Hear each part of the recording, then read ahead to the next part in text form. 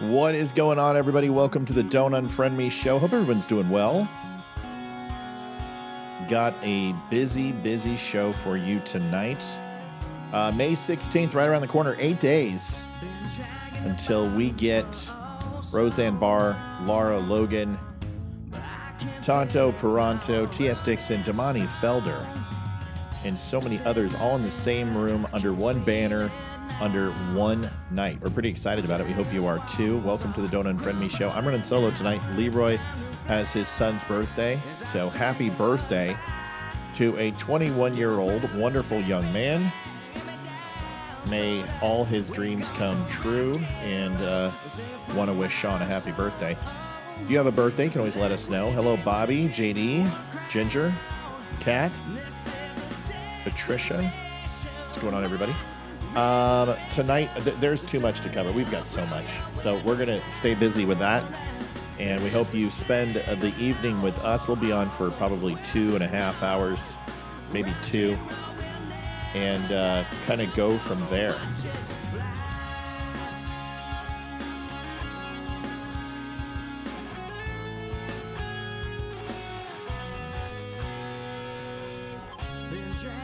Sorry, just making sure I'm getting all the latest news that's dropping. There's a whole bunch of stuff going on.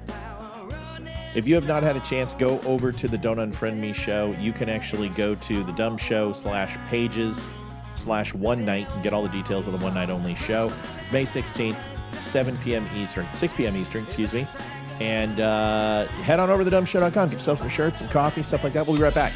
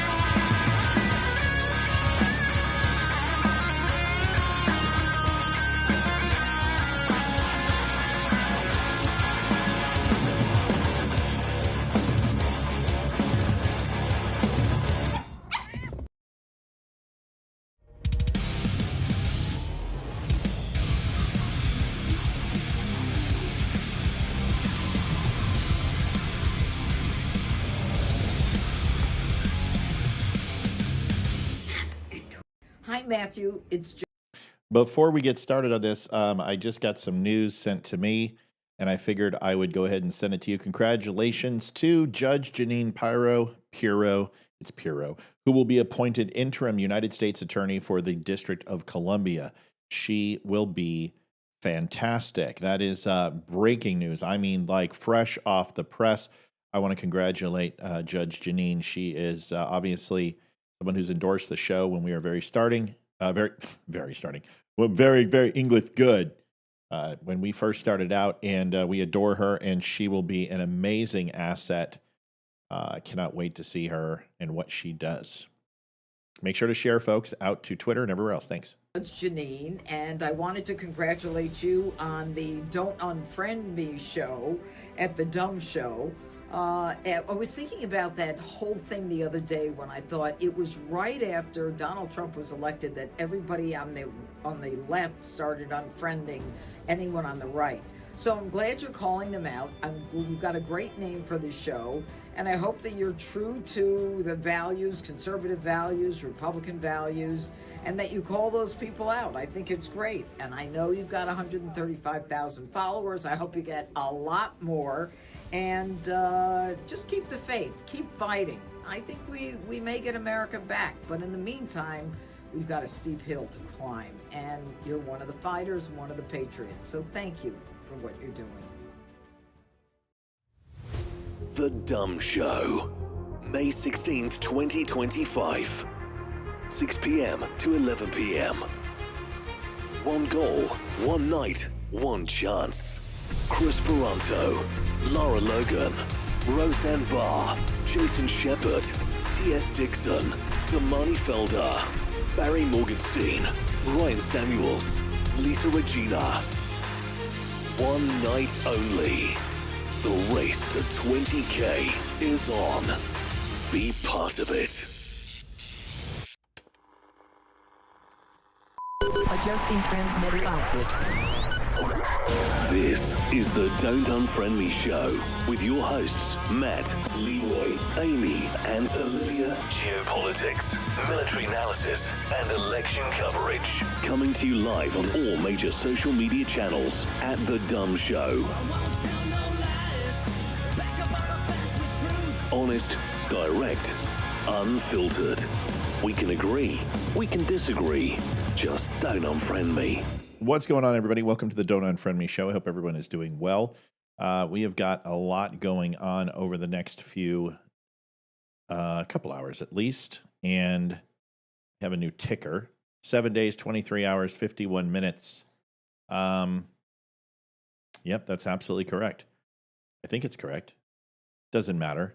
We're 7 days. We're 8 days away. So this time in 7 days, 23 hours, and 51 minutes, we'll be back and live with the show of, honestly, the life of this show. It's going to be an amazing thing. You may see below here, there's the one night only, race to 20K. Mr. Chuck Peterson has made a wonderful, I emailed him this morning, and he had some questions, and hopefully we got all those answered. But was looking to see what we could do to go to the next level. And we are going to build a home studio here, which is going to allow us to house multiple people. And he's going to match all donations. So it's a race to 10,000 is what we're going for. And you are invited. We hope that you're here. And if you can give, great. If you can't, that's whatever. The show's for you. Please do me a favor and share this out to Twitter. And let's get this out into the Twitterverse. We'll get started right away. I kind of want to talk about... oh, yeah, we really need to share this on Twitter. Where the hell is Melanie? We need to get her back and on. Olivia is going to be in-house. She's going to be sending donations through. So if you're looking to help the show, you can go to the dumshow.com/donate. And at the same exact place, you can also go and learn about the May 16th show by going to the dumshow.com/pages/one night. And last but not least, you can pick up coffee and books and shirts and all that type of stuff over there as well, and we hope you do. So without Leroy here, I like these shows. And it's not that I love Leroy. I love Amy and having everybody here. But it's nice for me because it allows me to kind of take my time and dive into topics that I want to at my pace. And I don't care if the hosts are bored because they're not here. But there are times where the hosts are kind of like, meh, I don't want to go into it. And you can tell that, we're getting long in the tooth, and that's okay because it's hard to keep attention sometimes. But this gives us a chance to kind of chat together and have a conversation. And I really want to kind of touch on the Jeffrey Epstein case. And I don't want to talk about the suicide/murder because, it's hard to believe it's suicide, but and I don't necessarily want to talk about the recent victim who passed away by an apparent suicide/murder because we don't know. And I don't even know if I want to talk about the dragging of the feet from this administration and the last administration. And some people might say, well, wait a second, it's only been 110 days. It doesn't matter. This case has been going on since 17. It's even longer than that. So I think what I want to talk about is that there is a plethora of evidence, and it's disconcerting because I struggle with what are we waiting for, right? And there was a podcast that I was watching, and I want you to kind of listen to it. And although we're not going to play it in its entirety, it's concerning. And then I've got some photographs for you. And these are the photos that are going to demonstrate what the FBI pulled out of his New York home, and also the orgy of evidence that they found on Epstein Island. And there is drone footage of the seizure. And there's also pictures that were leaked when it comes to the evidence that was confiscated from his home. So, and it's concerning because what's on there. So we'll talk about that, but let's go into this. This is a kind of long in the tooth.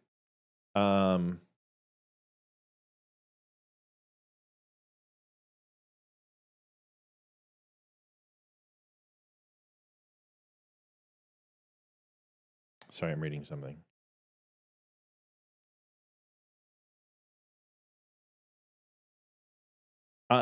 Jay, I don't know what we're talking about there. Okay. Don't know why, but live chat on YouTube won't open for me. I don't know. It's probably a singular issue because I haven't heard anything. Okay, so let's watch this Epstein thing, and then we can kind of follow up, and I can kind of read this comment by Jay, which I don't understand. Here we go. Now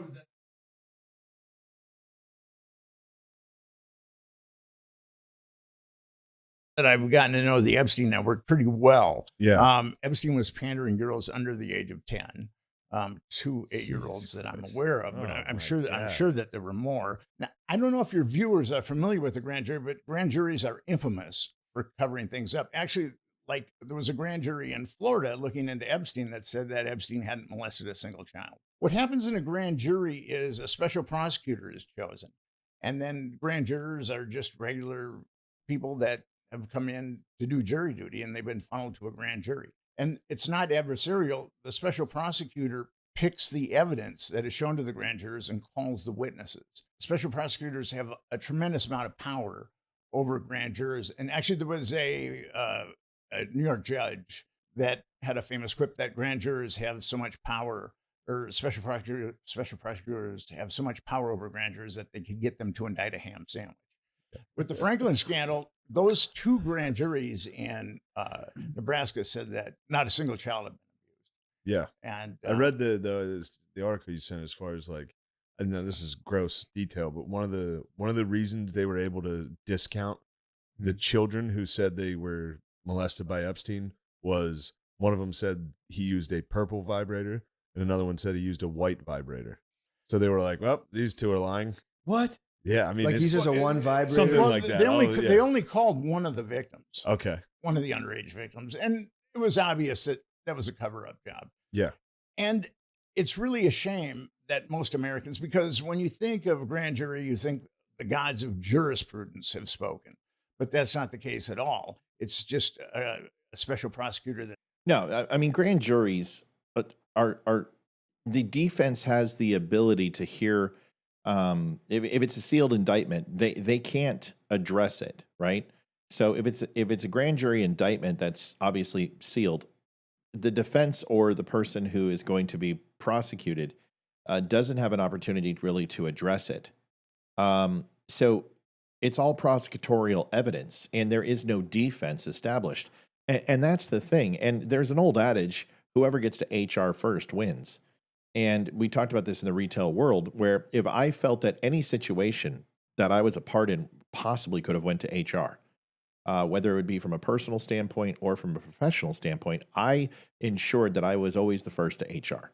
So an employee is, late 12 times and I'm about to term and I'm about to have a conversation, I'm always going to partner with HR.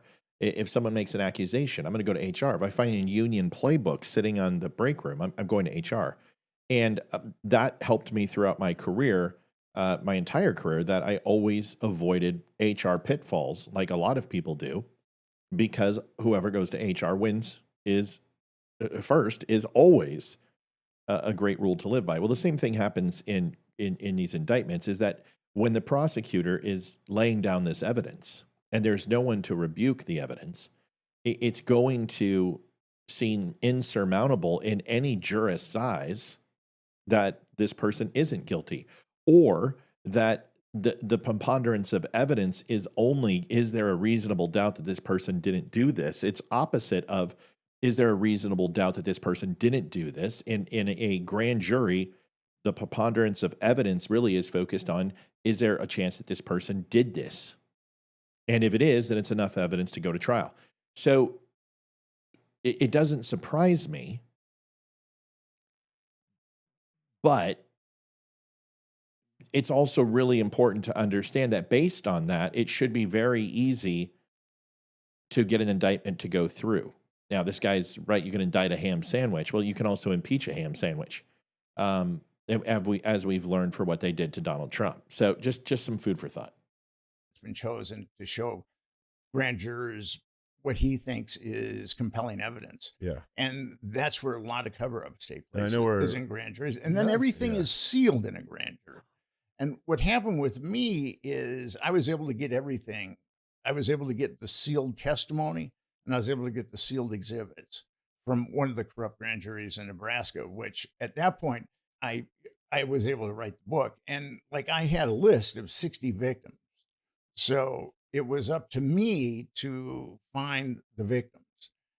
These kids were from really dysfunctional backgrounds, poor backgrounds, and they were given money and repeatedly molested. And then once they lost their youthful marketability, they were expunged by the network. And they went on to become criminals to support. They were all drug addicts. Yeah. Or most of them were drug addicts. So they became criminals, and then they ended up in prison. Craig Spence was the Prince of Darkness. Yeah. Was he into Satanism too?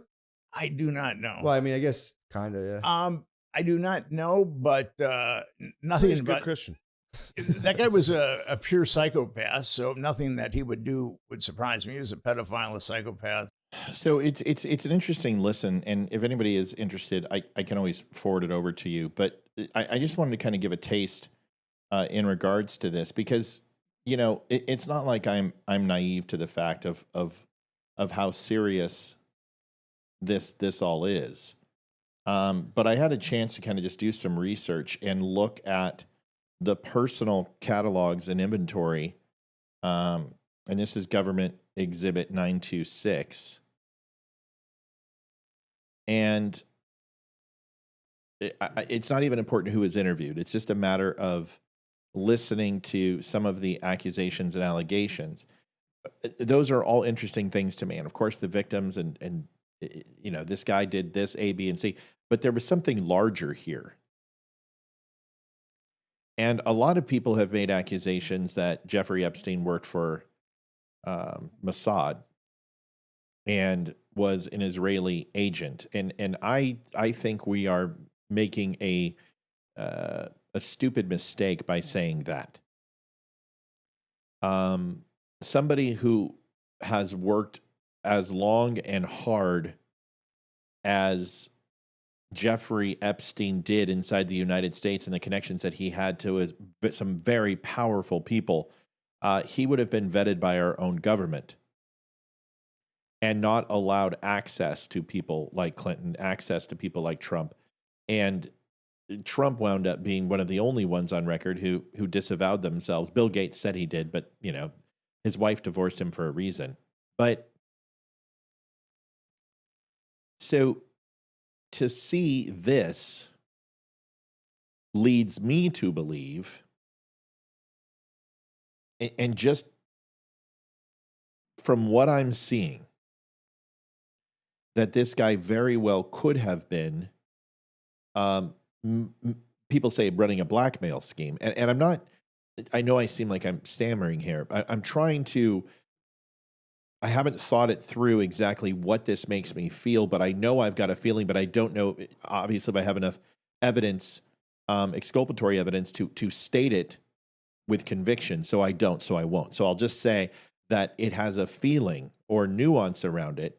My intuition tells me that this guy worked for the government, the United States government. And the reason why is some of these catalogs that he has and these hard drives. Folks, there are hundreds of CD-ROMs with an audio video shoot and AV photos, and there's a bunch of adult content here and also underage content, obviously.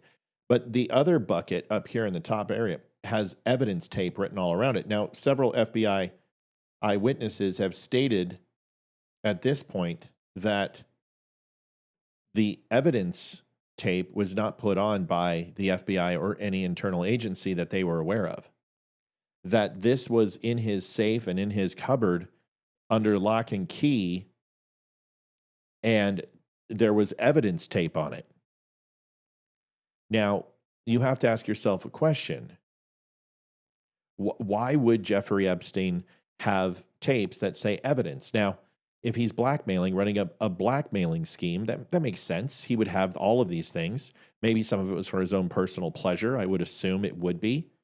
But this looks to be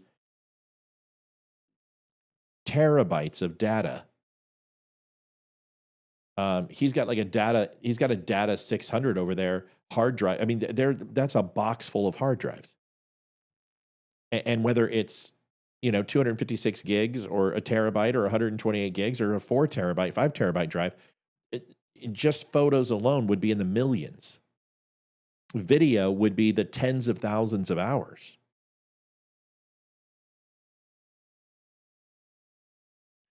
So it's absolutely been confirmed that these were not labeled evidence, because that's not how you label evidence.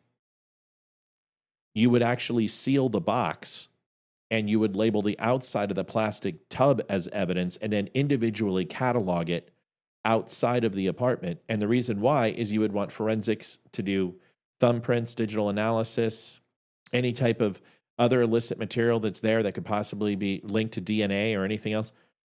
And let's be honest, if this is his, personal stash, there will be DNA on it. We know that.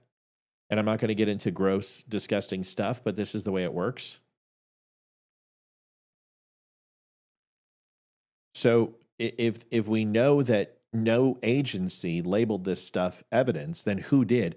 And you would be led to believe that it was either Epstein or, more than likely, him collecting this information from another source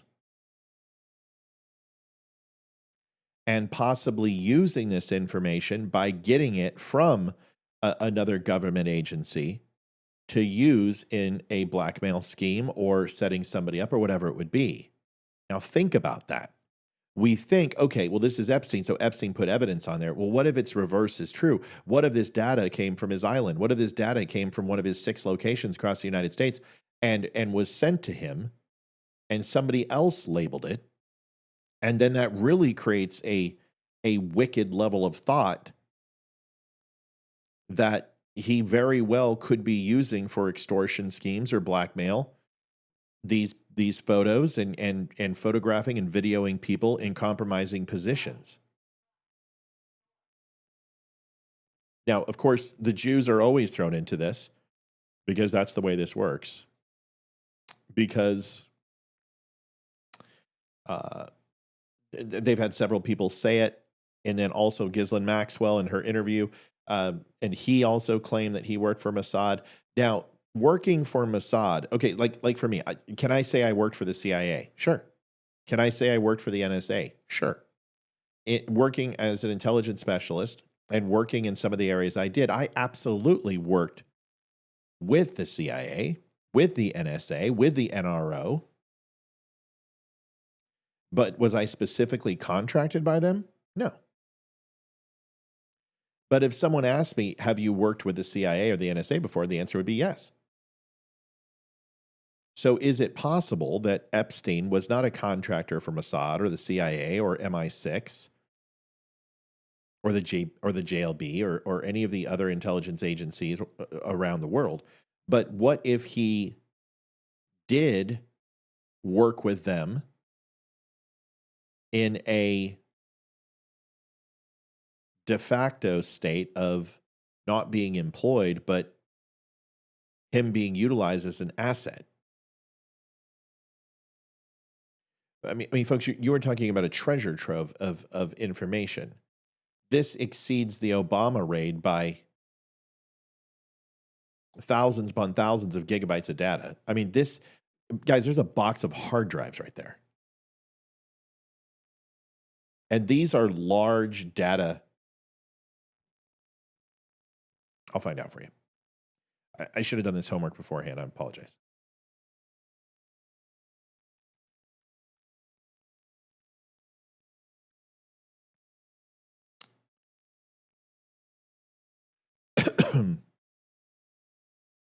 So there's a data 300. There's a data 600. Looks like there's a data 1000.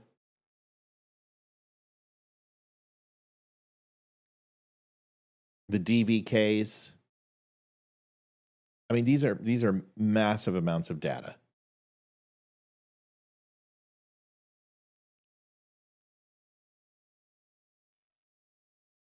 One second. I'm going to have to blow this up because now I've piqued my own curiosity.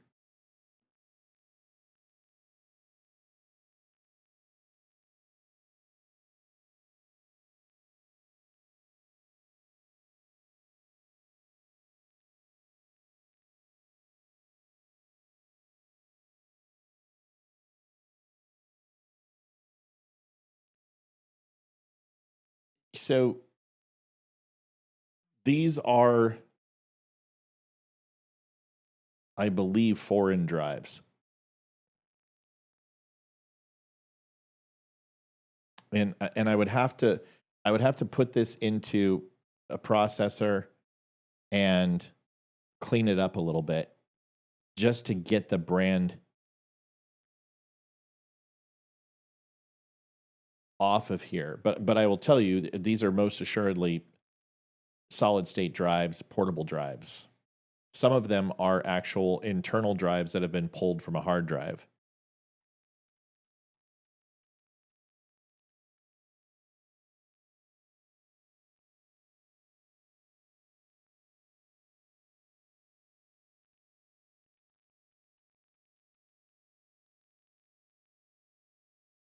Yeah, some of these are external drives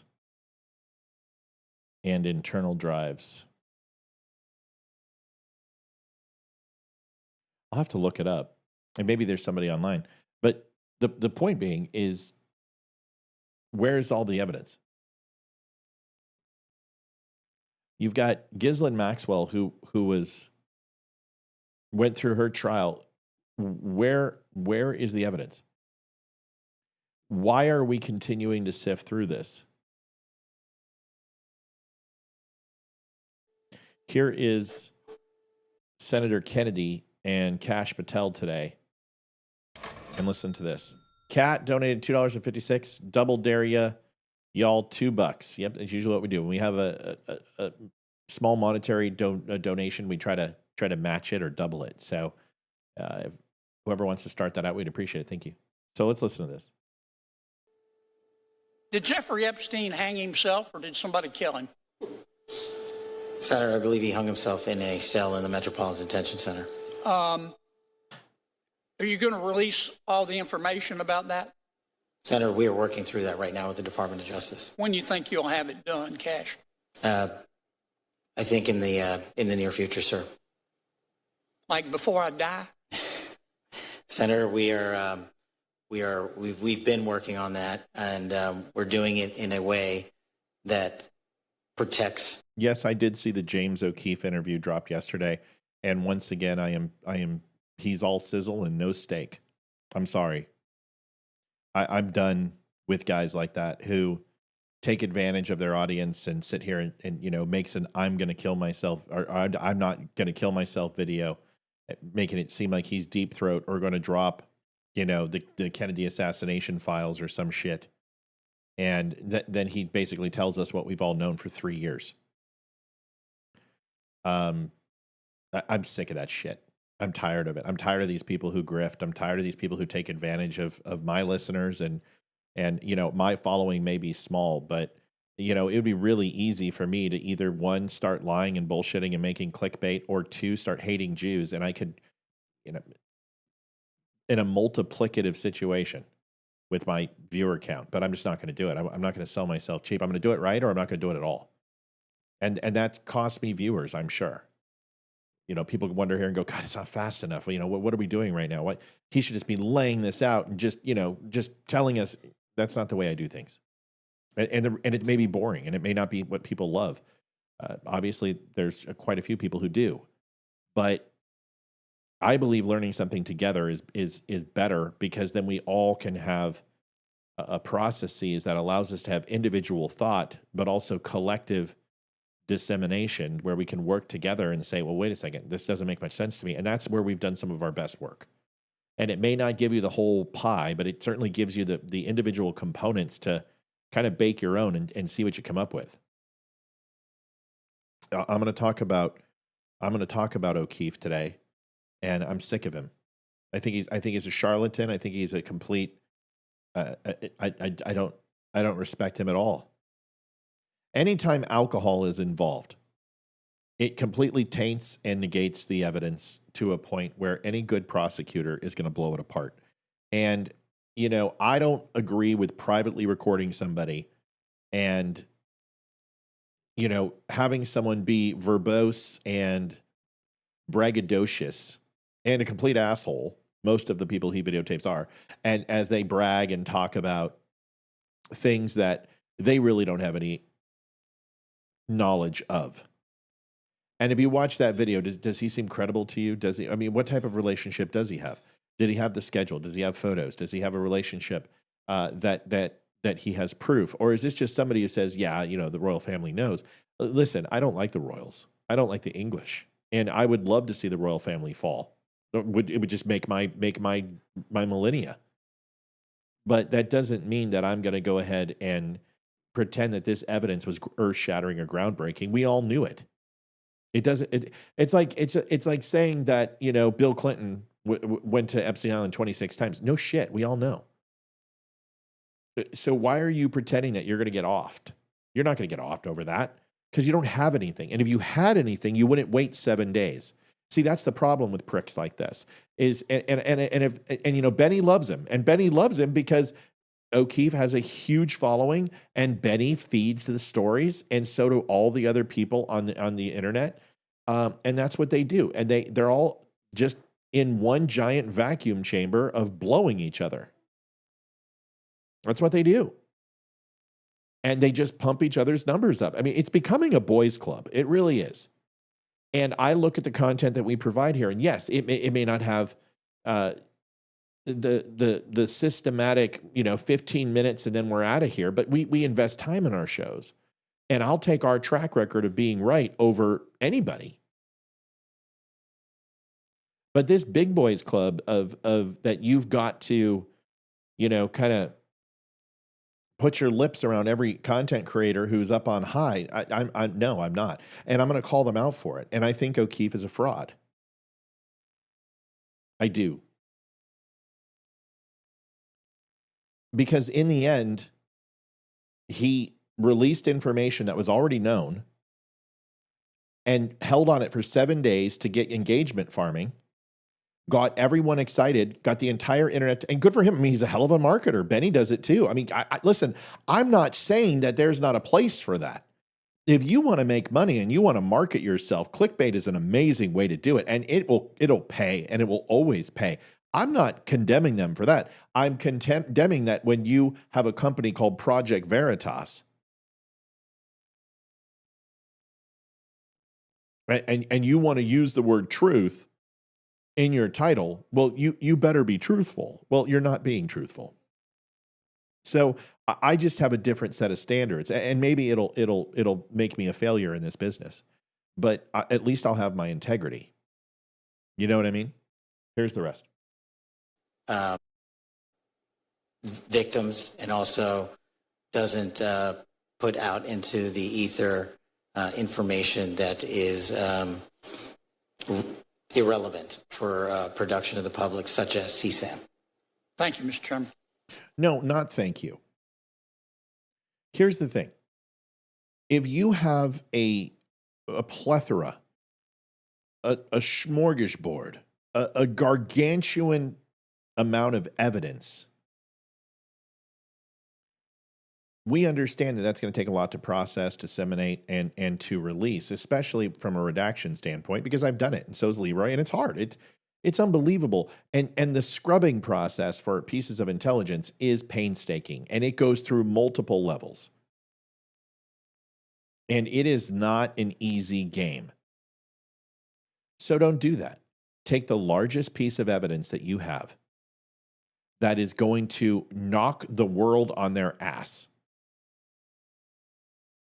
and focus on that one piece. For instance, Bill Clinton. He had sex with kids. You have the proof there. Great. Show it to us. And go out and say, we are going to make one formal announcement and one arrest based upon this orgy of evidence that we have. And although we cannot release everything to you, we're going to release this one piece because this is the smoking gun. This is the trigger man. This is the DNA. This is the thumbprint. This is the bullet.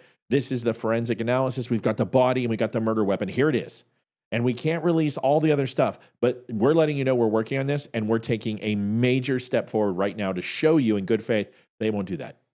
Why? Because they don't have anything. Or they will not release it.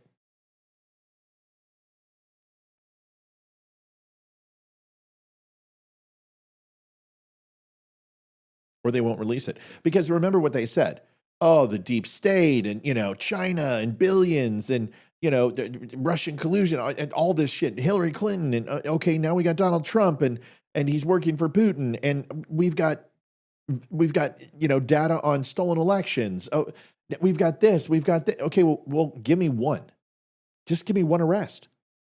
And arrests have been made. I mean, they just arrested a group of child sex traffickers, fairly large, and saved kids. I'm very proud. That's great. But that's not what you told us was happening. You told us that there were people inside Washington who were peddling children and trafficking children, 300,000 kids. That the cabal of the left were drinking blood of innocent children to extend their lives, remember? Where's the evidence? Where's the evidence of the bioweapon labs that Putin hit, that Putin justifiably went into Ukraine? Where is it? Where are the Dominion servers with all the stolen election data? Where's all the proof? If it was so easy and you knew all about it before you went in, well, now that we own the government, why aren't we just literally knocking this shit down? Hi, Bobby. Thank you. $51.99. Love you guys. We love you too. Why aren't we just knocking this shit down? I want people arrested. I want them on TV. I want their picture in the paper. I want to see people who broke the law like Adam Schiff to have his toupee fall off. I want blood. But there isn't any. We're told we have to wait longer. Why? You've been doing this for 7 years. 8 years now. What are we waiting for? Why can't we release Ghislaine Maxwell's testimony? Why are we saying it's a threat to national security? Why? Does that mean that there's a foreign intelligence agency that was running him? Is it the Jews? Is it us? Who did it? Was it China? Was it Qatar? Qatar is throwing millions of dollars into social media, running people who are anti-Jews. They're being funded like crazy. They're all over the place. Like 3 videos I made this week were all about freaking anti-Semitism and Jewish nonsense. I need to do a video on Kanye West today for Nigga Heil Hitler. Nigga Heil Hitler? That's like saying an African-American Klan rally. The fuck do you mean, nigga Heil Hitler? What does that mean? I think the first time ever in history someone says nigga and Heil Hitler in the same sentence. Do you understand that Hitler killed blacks also? Are we aware of this? It wasn't just Jews. Single-handedly responsible for the death of 70 million people between World War and World War II and what they kicked off, and famine. From Maoists and Stalin and Lenin, Marxist beliefs.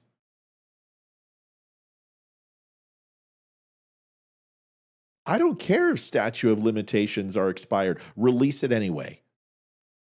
Release it. Show us. Let us handle it. Let the pitchforks and torches, but that's what they know. They know we will revolt.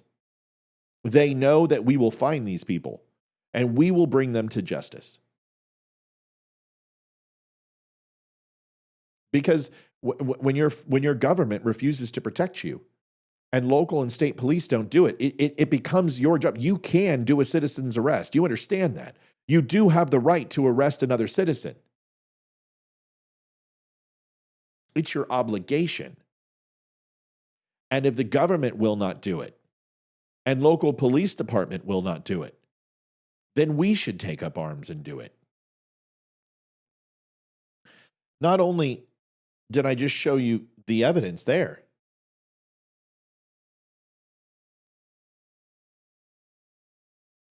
but there's more.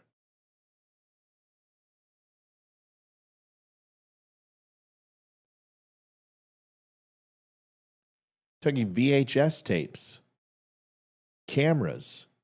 I think that's a Lumix. It is. It's a Lumix camera. It's a GH5. It's a $3,000 camera.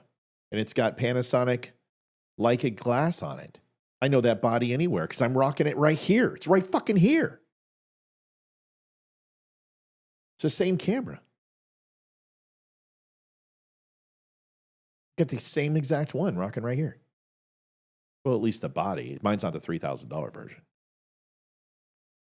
But you got videotape. You got high 8 tapes, which would lead you to believe that he's been doing this for a long time because, folks, DVR recorders, they don't even do CD and floppies anymore. The only reason why you do CDs and floppies or old VHS tape is you don't want the digital footprint and you want an air-gapped security system. Do you understand? You want one that isn't uploaded to a digital server so it's not hackable. You use a CCTV feed and going into VHS or a camcorder feed, or you take still images and you upload it on an air-gapped computer for anonymity. But you've got a camera, which is a high-end camera right there. That rig right there is almost $5,000. What's it being used for? Anybody who's anybody is going to put it into some sort of carrying case. You know, I look at behind there and I see the mirrors. And to me, based on what the photograph looks like, it looks like a two-way mirror to me. What was that used for? Tell me that doesn't look like a two-way mirror to you. And the only time you can really see a two-way mirror is when the light source inside that room and the light source inside this room, you can see. Even it depends on the quality of the two-way glass. But this, to me, looks like something extremely nefarious. JD, another great informative show. Thank you. You got it, JD. Thanks, buddy. So I have questions, right? So why aren't we hearing about it?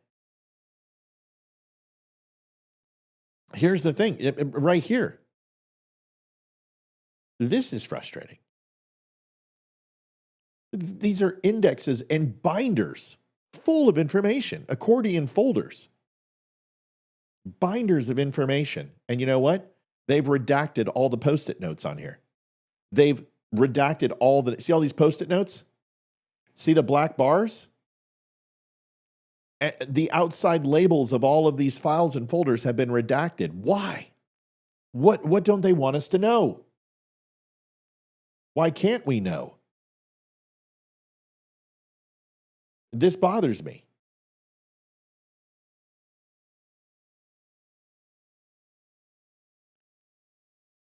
So take a look. This is a bathroom. There's your camera I told you about.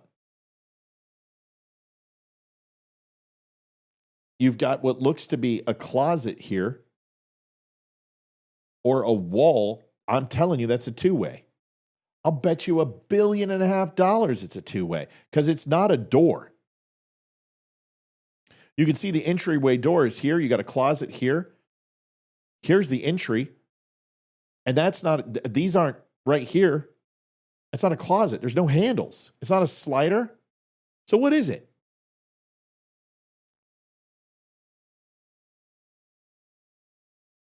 Could be wrong. Seen a lot of homes, a lot of bathrooms. His office. Nude art all over the place. It's fine. But this is concerning because here's a video. This is August 7th, 2019. It clearly shows that you have people, look at this. Look at these people leaving with boxes full of information. Boxes. Look at these. They've already bagged and tagged all these computers. Here's an iMac. You know what this is? This is a 2015 iMac, 27-inch.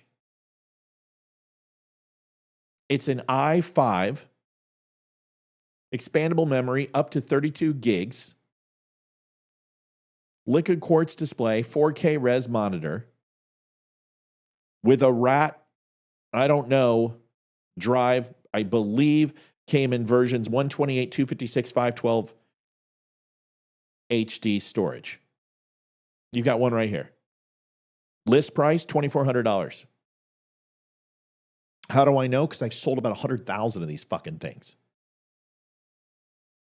That right there, you've got information. Where is it? You've got an expanded tower here, here, and here. Extra monitors. You've got a portable DVR unit right here. Multiple stations for computers. Almost like people were working in here on something.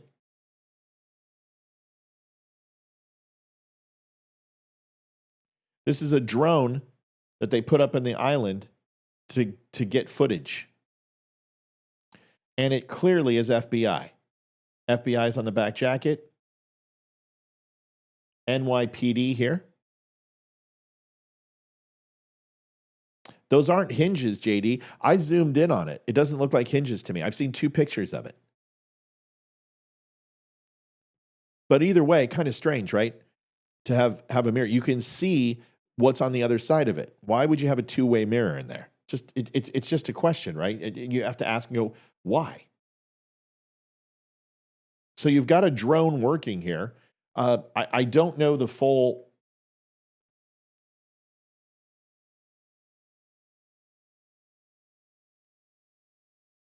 So they don't know where this drone is. It's probably a civilian of some sort on a boat.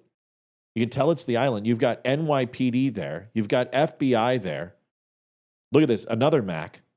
This is an older Mac. This is the white backing is the older iMac. This one's probably 2007, 2008. I'd have to check. But look at that Mac. That's a much bigger, larger Mac. So this might be a little smaller. So this is probably the 21-inch version. This is the 27. And I've got a 27 right here. I've got 2 27s right here. So you've got 2 Macs, multiple stations. What are they doing in there?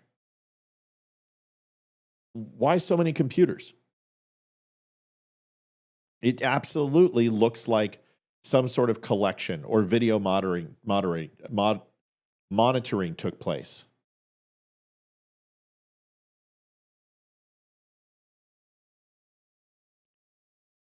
Now, the FBI is aware of this drone, but they're not doing anything about it, right? Until the end. Now, they start putting up boxes. And why? Why are you putting up boxes?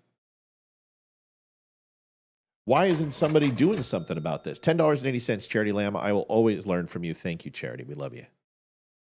Yeah, this is Epstein Island.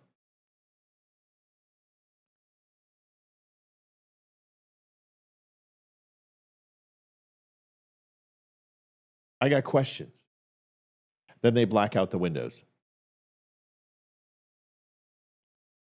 Right. What is NYPD doing? Well, there's a few reasons why. Because the FBI, if I show you something,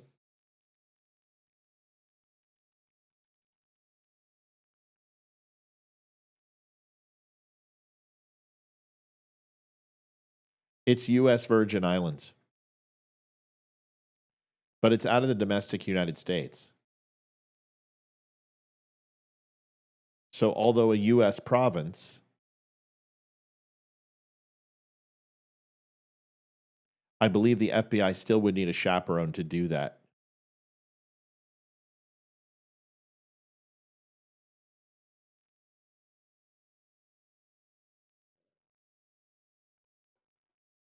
I'd have to look it up.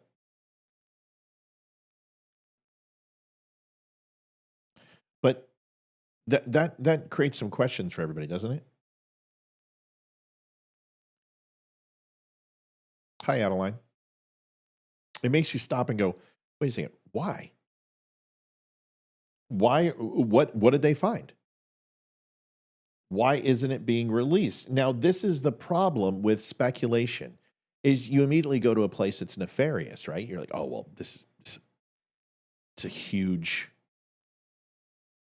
cover-up. And there's something, conspiracy theory taking place here. We don't know that. We don't know. But this is the problem. If you want to solve this, simply address what you found. It's really simple. Did you find blackmail type information? Did you find compromising information on politicians, on celebrities? Was it a foreign government? Just be obscure with your answers. No, we can't talk about an ongoing investigation. We said the same thing about J6. You said the same thing about Palestine, Ohio. You said the same thing about the Iran-Contra hearings. We want a fucking answer.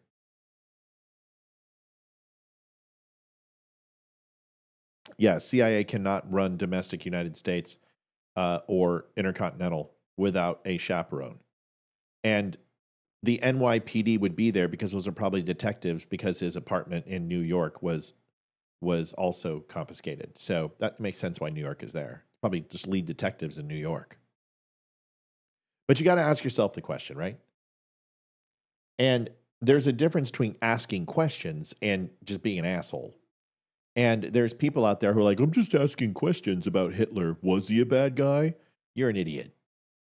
But asking about Jeffrey Epstein, yeah, that's probably a good thing. Folks, quick commercial. We'll be right back. Join wimkin.com, the social media platform built for free speech and true connection. No censorship, no algorithms controlling your feed, just genuine conversations and a commitment to protecting your rights. Sign up today at wimkin.com and take back your voice. Tell them Matt and the Dumb Show sent you. Head on over to Wimkin. We'll have Jason Shepard here on the 16th show, May 16th. We're really excited about it. Please do me a favor and swing on by and get yourself signed up on Facebook or Rumble or Wimkin or Twitter, wherever else. We're going to be broadcasting all over the place. Do us that solid and make sure you're here for the May 16th show. It'll be awesome. Roseanne Barr, Lara Logan, Chris Paranto. Here's the video, and I'm tying into this real quick because it kind of follows the rest of the show. I am so tired of this. Just, was Hitler a good guy? You know, if people just took the time and forget the Jews, just ignore the Jews. And the idiot who posted on my, thank you, Joanne Lootman, match, $2.56. Thank you. Joanne, we appreciate it. The guy on Rumble who came on, he said, you couldn't have killed that many Jews because it takes hours to cremate a 100-pound body. Yeah, I think they found that out too with the volume that they were killing. That's why they did mass graves, jackhole. That's why they used jet fuel and kerosene. And that's why they burned them in piles. And that's why the Poles and other people could smell it. And that's why it's permeated in all the wood, in all the campsites, in the ground. Everywhere around, it still smells. And if you go to Auschwitz, you can go ahead and experience that. or Dachau or any of the other camps. And if you haven't been to the camps, you should go, because you'll just realize what a fucking tard you are. You know, you stupid fucking conspiracy theorists just blast my brain into overdrive, because have you ever thought we can't even keep a secret? You can't even keep a secret that you're a closet homosexual. How in the fuck do you think that hundreds of thousands, millions of Jews who have family members tied to the genocide that took place, they're all lying? All government officials are lying. Everyone who covered it are lying. The GIs are lying. The French Foreign Legion's lying. The Brits are lying. The Germans are lying. The French are lying. The Poles are lying. The Hungarians are lying. The Turks are lying. Everybody's lying. The whole fucking world is lying that the Holocaust didn't happen. Just answer. Just tell me why. It's a psyop. You're an idiot. Yeah, we understand it takes a lot to cremate. Well, right now, the human body still takes 3 hours because it's 150 pounds in modern day technology. Would you please shut up? They used mass incinerators. They're not using a freaking pizza brick oven that you buy on Amazon for $3.29. Mass incinerators. And yes, the crematoriums could not keep up with the volume. So that's why there were mass graves. That's why they were just left in the open and piled high and exposed. It's not like you don't have photographic evidence of this. But instead, you guys see mountains of shoes and go, why'd they save the shoes? Why didn't they burn the shoes as well? Well, you're the one just saying that they can't burn bodies. Now you want to make it even harder by burning shoes? What do you want them to do? This is why they saved the jewelry. This is why they pulled the gold teeth. They took things of value. And whether you want to call the shoes as a mental game of having those stacked up and when other Jews come into the camp, or Russians, or blacks, or Asians, or Irish, or French, or anyone else that they rounded up, maybe it's an intimidation factor. Or maybe they were just fucking lazy. I don't know and I don't care. But to sit here and say, oh, a few Jews died in these camps, but they died of typhoid or they died of pneumonia. Is that why they all weighed fucking 80 pounds? I'm so sick of these people. We were in a war. What did we do? We saved all the rubber from tires, newspapers, glass. Maybe they were going to reuse the leather for uniforms or reappropriate the shoes. Who knows? But it doesn't prove anything. Yeah, but the Jews killed more Christians than anybody else. For you to sit here and say that there were Zionists in the Bolshevik Revolution is just complete bullshit. Modern day Judaism is complete bullshit. Sandra Edwards, sorry I'm late getting in. No, we appreciate it. Thank you, Sandra. The fact that yes, there were a couple of Jews in the Bolshevik Revolution with leaderships, but there were also Polish, Russian, Czechoslovakian, French. It was an amalgamation. It wasn't any effort by the state of not even existed Israel. You guys like to make that point. It wasn't the modern day Jews. It wasn't the Hasidics or the people who follow the Talmud or Zionists. It wasn't Judeans or Mesopotamians.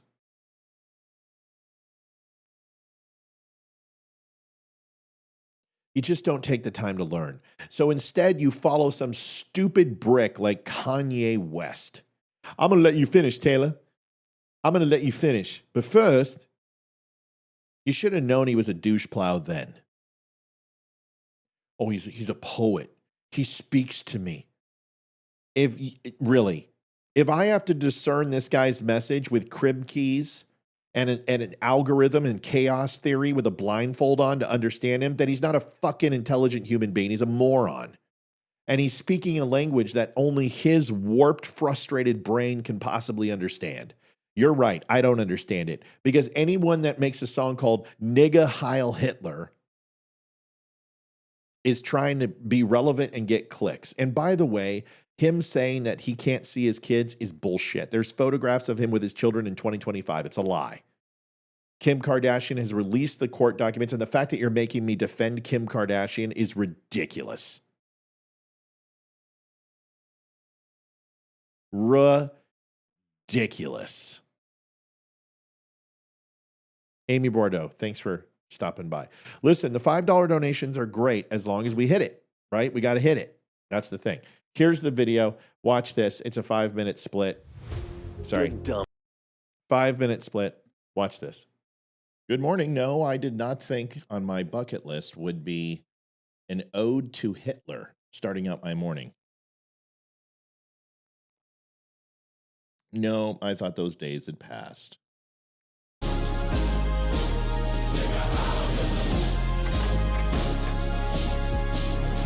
Thank you, Debbie. Come on, Rumble peeps. If y'all watching Match Me, we will crush goal and beat at the other platforms. Yes, we could.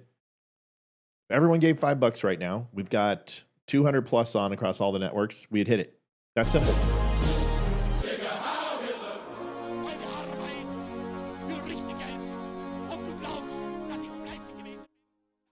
An Ode to Hitler by Ye, formerly known as Kanye West. At least he didn't change his name to a stupid symbol like Prince. At least Prince had talent. To be very clear, admiring Adolf Hitler is not edgy. It's not thought-provoking.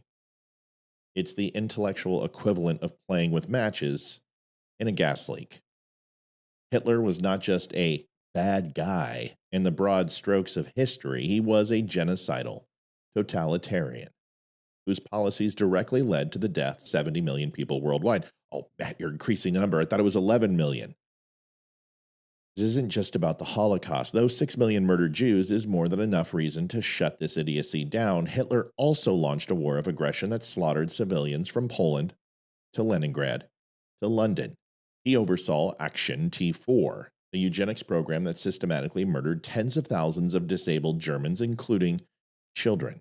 He weaponized propaganda, suppressed dissent, burned books, and sent political opponents to concentration camps. This isn't debate club material. This is documented systemic evil. When Ye says things like he likes Hitler because Elizabeth, that's fine. If you can't give, please don't worry about it. You don't have to give. People will do it on their own time. But that's one thing I don't want to do is people soliciting money from other people. Please don't do that. Thank you. See, did good things. What exactly are we talking about? The Autobahn, the Volkswagen? The Autobahn was a pre-existing project before Hitler, expanded largely to serve military logistics. Volkswagen was created as a propaganda piece for the regime and was during the war used for forced labor. Any economic growth under the Third Reich was built on stolen wealth, militarization, and enslaved labor, not sound economic policy. It's not revolutionary to try and see good in a dictator responsible for industrialized genocide. It's revisionism. It's erasure. And worst of all, it's arrogant and it's ignorance posing as intellectual depth.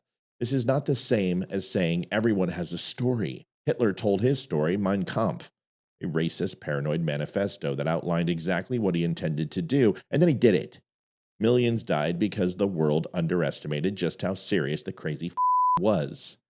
There is no other side to Hitler worth defending. No, but he built roads. So did Stalin. So did Saddam Hussein. So did every despotic tyrant who ever tried to prop up their brutality with concrete. Infrastructure doesn't buy absolution for genocide, ever. Ye is not challenging the status quo. He's embarrassing himself and insulting every family touched by that war. Every Holocaust survivor, every soldier who died trying to stop it, every innocent child whose name never made it out of a death camp. Liking Hitler isn't bold, it's pathetic.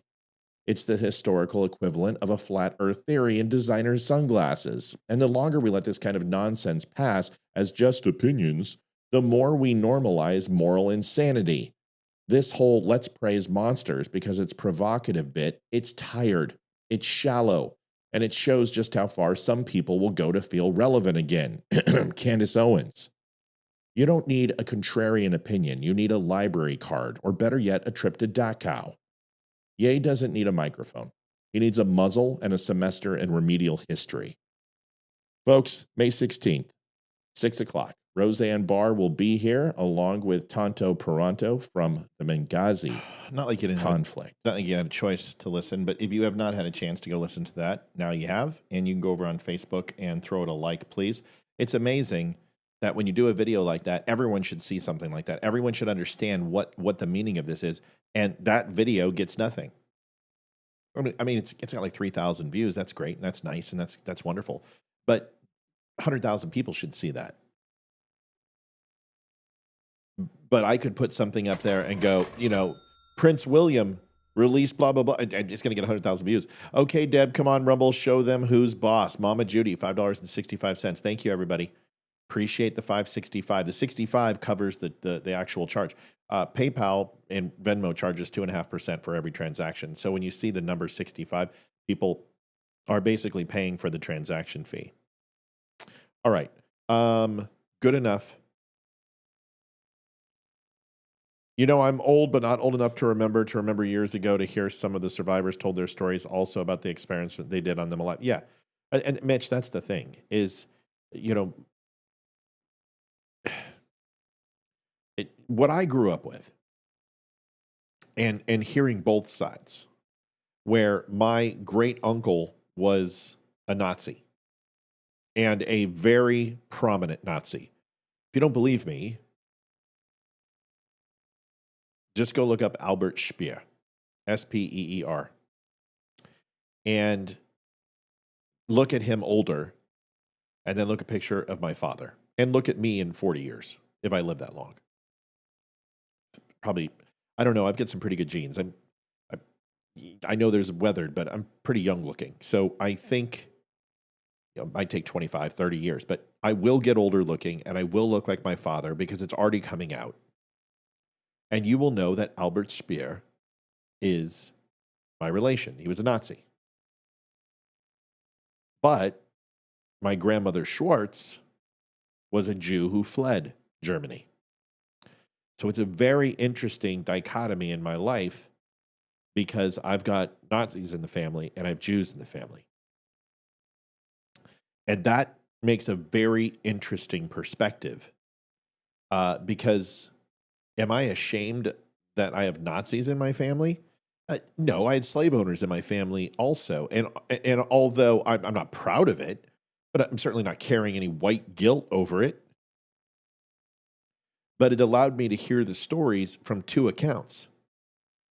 And my grandfather's reaction to what happened in Germany as a person who lived there was one of shame and almost 1,000-yard stare, Vietnam, I'm not going to talk about it type shit. And grandmother, who was very open as a little girl to share it and talk about it and explain what happened to her family. But the problem is we've failed as a society because we have allowed these knuckleheads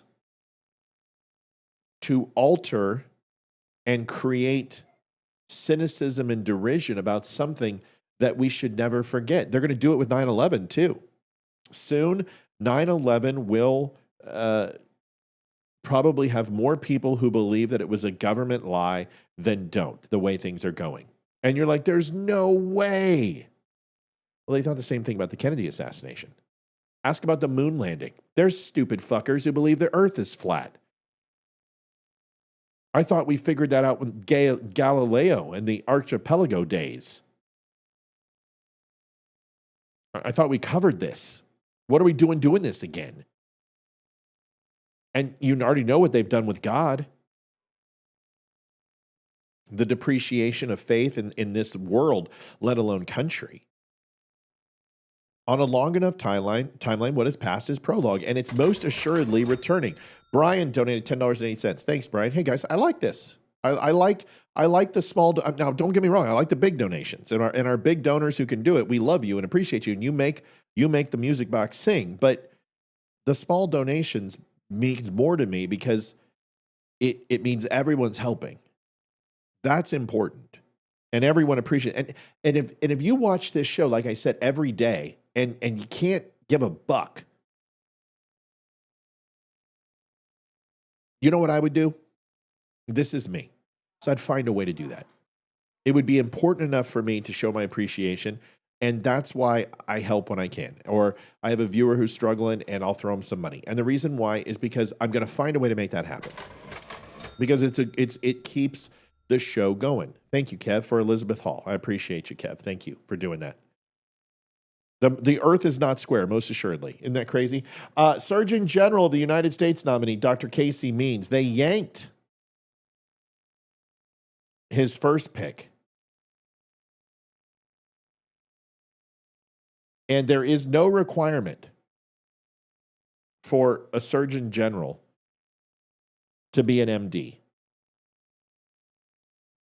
But I thought I would want you to hear what she has to say, and then we can go into her history and her experience. So here it is. Listen to this, because this is a pretty big deal. I mean, he polled the lead attorney position. He yanked that guy. Thank you, Lois, 2110. Thank you, Lois. We appreciate you, hun. You're the best. I hope you're feeling well. And now he replaced Surgeon General, but I think a lot of people are very happy that Casey Means is here. I know I am. Let's listen. You would think that the American healthcare system and our government agencies would be clamoring to fix metabolic health and reduce American suffering and costs, but they're not. They are deafeningly silent about metabolic dysfunction and its known causes. It's not an overstatement to say that I learned virtually nothing at Stanford Medical School about the tens of thousands of scientific papers that elucidate these root causes of why American health is plummeting and how environmental factors are causing it. For instance, in medical school, I did not learn that for each additional serving of ultra-processed food we eat, early mortality increases by 18%. This now makes up 67% of the foods our kids are eating. I took 0 nutrition courses in medical school. I didn't learn that 82% of independently funded studies show harm from processed food, while 93% of industry-sponsored studies reflect no harm. In medical school, I didn't learn that 95% of the people who created the recent USDA food guidelines for America had significant conflicts of interest with the food industry.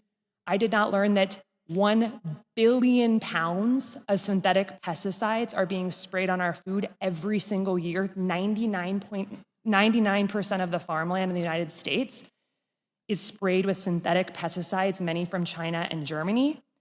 And these invisible, tasteless chemicals are strongly linked to autism, ADHD, sex hormone disruption, thyroid disease, sperm dysfunction, Alzheimer's, dementia, birth defects, cancer, obesity, liver dysfunction, female infertility, and more, all by hurting our metabolic health.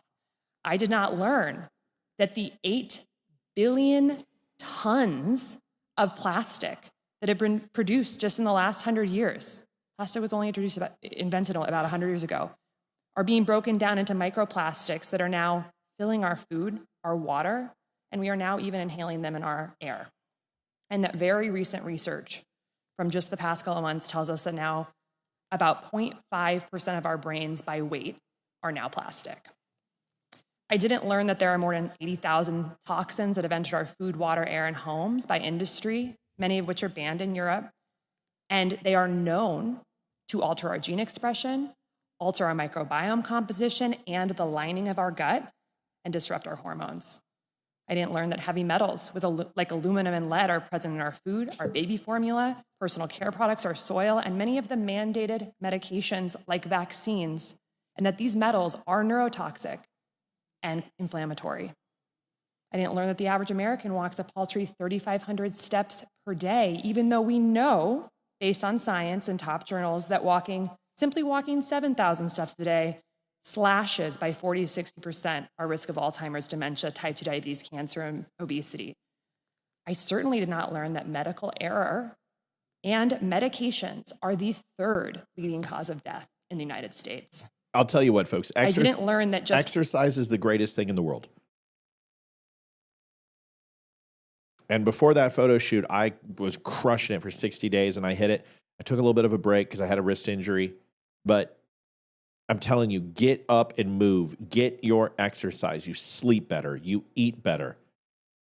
Everything's better. Your mood is better. I am a jerk when I don't work out. 5 nights of sleep deprivation can induce full-blown prediabetes. I learned nothing about sleep, and we're getting about 20% less sleep on average than we were 100 years ago. I didn't learn that American children are getting less time outdoors now than a maximum security prisoner. And on average, adults spend 93% of their time indoors, even though we know from the science that separation from sunlight destroys our circadian biology, and circadian biology dictates our cellular biology. I'm horrible with the sun. I didn't learn that professional organizations that we get our practice guideline from, like the American Diabetes Association and American Academy of Pediatrics. Listen, it's all you need to know about her. Just listen to her. She's amazing. She is amazing. And she is a doctor. Even though people are saying she's not a doctor, she is a doctor. She's born in 1987. She went to Stanford. We're not going to hold that against her. She's an entrepreneur, wellness advocate, nominated by President Trump to serve as the next U.S. Surgeon General. Her nomination aligns with the administration's Make America Healthy Again. MAGA, I think Jason Shepard knows her, has met her. We'll talk to him about that on the 16th. Thank you so much, Frank. Thank you, Matthew. Come on, people now. Smile on your brother. Folks, $21.10. That's good. We're at the 8 o'clock hour, and we're at Bueller. 158.01. That's right where we want to be. We're almost halfway there. She earned both her undergraduate and medical degrees from Stanford University, graduating from the School of Medicine in 2014. She began a residency in otolaryngology. Otolaryngology. That's how you pronounce it. And I think that's got to be nose and throat. Look it up. Oh, head and neck surgery at Oregon Health and Science University. Hey, thank you, Mr. Fisher, Mrs. Fisher. Is that Mr.? Is that Joel? Jay? God, I asked this last time. Thank you, Jay Fisher. Head and neck surgery, and also diseases specifically around ear and throat. Yep. Entrepreneurial ventures. Co-founder of Levels, a healthy technology company that offers continuous glucose monitors. Co-authored a 2024 New York Times bestseller, Good Energy, with her brother. Advocacy for public health use, functional medicines. Thank you so much, CJ. $10. Appreciate it. Hi, Matthew. I match your 5 and raise you 5. Ooh. Enroll in MAGA. Make America Healthy Again. Good. Listen, I've seen a lot of podcasters and social media influencers. I'm in pretty good fucking shape. Can you ring my bell? I know you got Bongino, but I would promote health. We could do veterans with addiction to opioids for sure. Weight loss to veterans who've suffered injuries. I'm here for you. Utilize me. You can tolerate my ass. Gene McLaughlin says, 565. Thanks, Matt. Facebook countering Rumble. Thank you, everybody. We appreciate you. So, Dr. Casey Means, get her in. She sounds fantastic. The DUM Show is built on real conversations, raw, unfiltered, and fearless. Big tech didn't like that. Facebook pulled out funding, tried to shut us down. But for over a year, you, our incredible viewers, have kept us going. Your support, your donations, your time, it all matters. Nice, Melody. Most of you spend 10 plus hours a week with us. Compare that to Netflix, maybe 5 hours a month. We believe we're worth that time, and we hope you do too. But listen, we don't want giving to feel like a burden. We want it to feel good. So take a second to ensure you're in a good spot. If you're in a place to give, that will be amazing. If not, just liking and sharing helps more than you know. Visit thedumshow.com/donate. Whether it's PayPal, Venmo, or Mail, every bit helps to keep us going. DUM Nation, we appreciate you more than words can say. All right. Joe Biden decided to go on The View. He's doing his soft cush tour. He just got done doing an interview with the BBC because the BBC won't ask him any tough questions. And he followed that up hard-hitting interview with The View, where they hate men. And they can't get anything hard. So let's just be honest. There used to be a couple on the panel that were quite cute, but not anymore. Here is Dr. Jill Biden and Joe Biden thumbing through these answers. She is so farkin' phony. She has him by the leash. Listen to this. Yeah. Mr. President, since you left office, there have been a number of books that have come out, deeply sourced from Democratic sources, that claim in your final year there was a dramatic decline in your cognitive abilities. In the final year of your presidency, what is your response to these allegations, or are these sources wrong? They are wrong. There's nothing to sustain that. 50 sources. Number one. Number two. 50. You know, think of what we're left with. We're left with a circumstance where we had an insurrection when I started. We did not sense a civil war. We had a circumstance where we were in a position that the pandemic, because of the incompetence of the last outfit, end up over 1 million people dying. 1 million people dying. We're also in a situation where we found ourselves unable to deal with a lot of just basic issues, and which I won't go into in interest of time. And so we went to work, and we got it done. And one of the things and Alyssa, one of the things I think is that the people who wrote those books were not in the White House with us, and they didn't see how hard Joe worked every single day. I mean, he'd get up, he'd put in a full day, and then at night I'd be in bed, reading my book, and he was still on the phone reading his briefings, working with staff. I mean, it was nonstop. It's the White House. Being president is not like a job. It's a lifestyle. It's a life that you live. You live it 24 hours a day. That phone can ring at 11 o'clock at night or 2 in the morning. It's constant. You never leave it. And Joe worked really hard. I think he was a great president. And if you look at things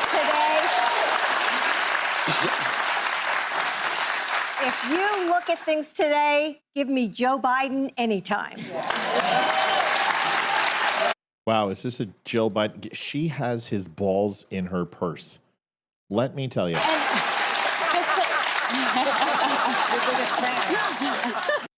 Wow, it's almost like he can't answer a question for himself still. It's pretty sad. Here's why Kamala Harris lost, according to the most non-racist man in the world. And it was like 2016 all over again. So why do you think the vice president lost, and were you surprised? I wasn't surprised, not because I didn't think the vice president was the most qualified person to be president. She is. She's qualified to be president of the United States of America. But I was surprised. I wasn't surprised because they went the route of the sexist route, the whole route. I mean, this is a woman. She's this. She's that. I mean, it really. I've never seen quite as successful and a consistent campaign undercutting the notion that a woman couldn't lead the country, and a woman of mixed race. Wow. Totally. Like, you wonder why that party, you think it was the Alzheimer's talking, but you wonder why that party completely has no leadership. Because that's why you think, that's what Hillary said in 16. Could it be that your candidate sucked? Literally. Sucked. You had a shit candidate who was a socialist. You had another candidate who was a moderate war hawk, and people had no desire after 16 proxy wars that Obama launched against the world. They were done. Donald Trump promised no new wars. He did it. They voted for him. He promised to clean up the swamp. He promised to secure our border. And everything was going so well until the China virus that we can't call China virus. And then this Yahoo comes in, and when recovery, the stock market, gas prices, inflation was stagnant, everything was going better. Then this Yahoo came in and literally mucked it all up. And now we're going to sit here and hear, well, Kamala Harris is because she's mixed race. She's Jamaican. Give me a break. Here's the other part. Well, Mr. President, you had previously said that you thought that you would have won. Since then, Donald Trump won all the battleground states and made inroads with almost every major demographic, from working class voters to Hispanic men to black men. Knowing what you know now, do you think you would have beat him? Yeah, he still got 7 million fewer votes. Then why didn't you stay in and he didn't get 7 million fewer votes, you fucking nitwit? You fucking moron. You beat him by 7 million votes in the popular vote. He beat her by 2 million. That's a 9 million vote swing. It doesn't matter whether they showed up or not. Your party fucking shit the bed. I'm sick and tired of it. I'm sorry for the language. How do you people do this on other networks where you don't cuss?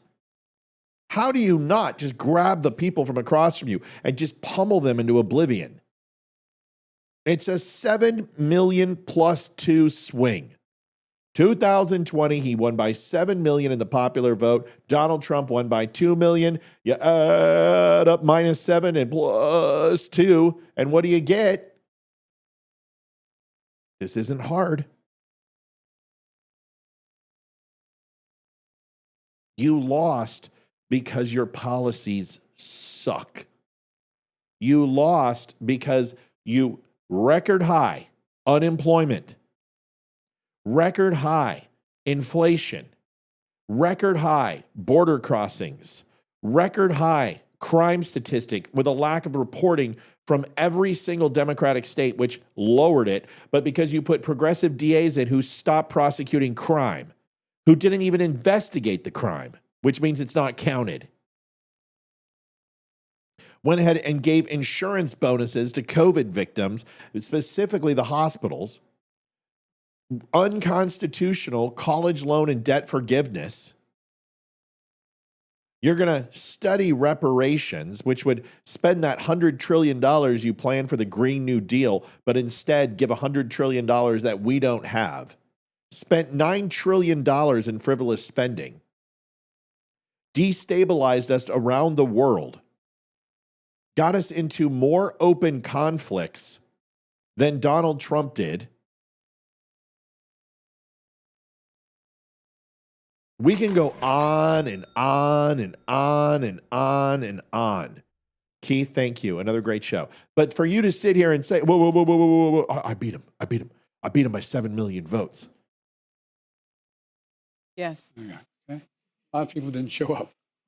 Number one. Why didn't they show up? They're very close in those toss-up states. It was it wasn't a slam dunk, and so he won 7 out of 7. What the fuck are you talking about? If it was a playoffs, he would have won in 5. Every single major election for the last 100 years outside of Reagan showed at least a 2-5 split on swing states, or a 50-50 split, or a 60-40 split. That's why they're called swing states, you jackhole. He took 7 out of 7. He fucking crushed you. He crushed Kamala. Donald Trump wiped the floor, literally with 92% negative focus from the media. Tens of thousands of hours of negative press and hardly any positive.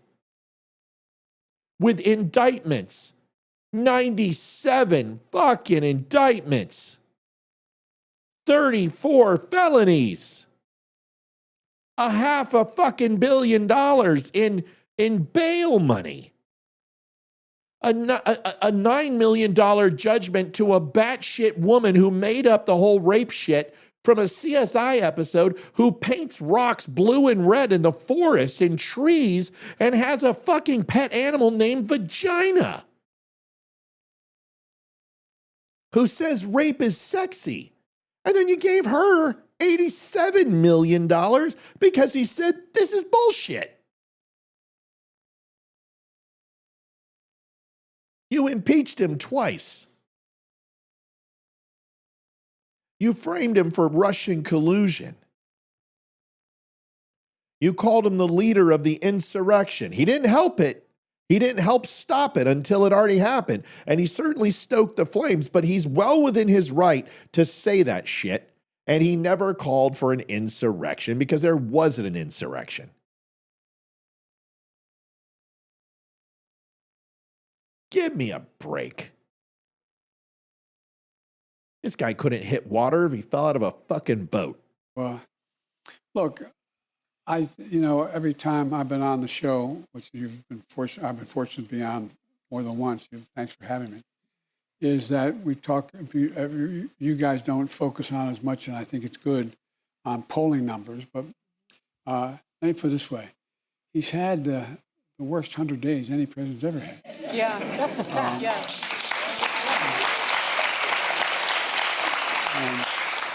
And I would not say honesty's been a strong point. Yeah, I'm done with Joe Biden. Thank God he's out of here. The DUM store is veteran-owned with a 5-star diamond rating for service and satisfaction. We offer quality products like coffee, shirts, hoodies, and hats, all made by veterans. Shop with confidence, backed by hundreds of 5-star reviews. Use code DUM10 to save 10%. Visit thedumshow.com today. Thank you for your support. Sorry for the language. Just so tired of it. I can't. I had to listen to that guy for 4 years and cover his ass and try to be as impartial as possible. That impartiality is done. Like, listening to him is, ugh. This is Marissa Rothenberger, 6-foot-tall male pitcher pretending to be a female. Been dominating. Thank you so much, Kev. Facebook can't keep up with Rumble. Nana, nana, boo, boo, stick your head in doo-doo. Olivia. Nice. This person, he only allowed a single hit in a recent game. Even the announcer acknowledged his physical advantage despite also pretending he is a girl. Girls only hit 12% of his pitches. Here's the video. Meet Marissa Rothenberger, a male pitcher absolutely dominating girls softball in Champlin, Minnesota. And the pitch. Rothenberger back in the fifth. Swing and a miss here first. 0-2 pitch. Strike. Rothenberger, at 6 feet tall, appears to tower over his female competition. In this game on May 6, 2025, he threw 7 strikeouts and shut out the opposing team. I just want to let you know, if you're a woman and you have to wear a cup, you're not a woman. I'm just letting you know, okay? Apparently, Rothenberger's batting against average is .128, meaning opposing girl players only hit 12% of his pitches, which is considerably better than elite MLB players. He recently had an absurd 14 strikeouts in a single game.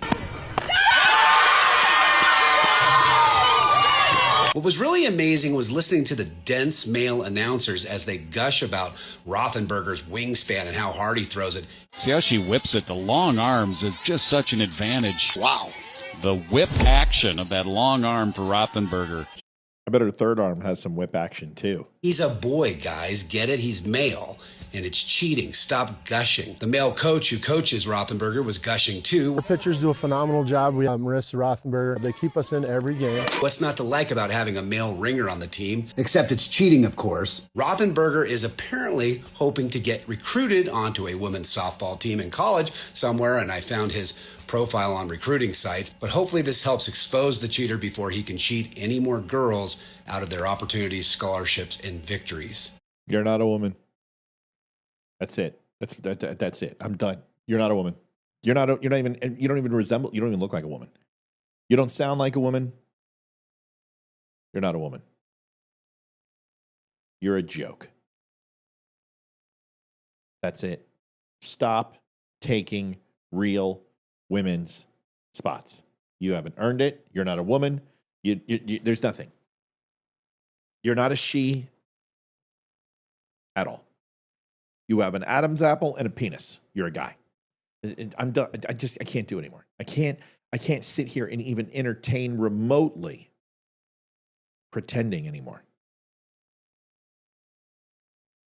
And every single one of those people are delusional and should be ashamed of themselves. That coach should be fired. It's girls softball. It's in the title of the game.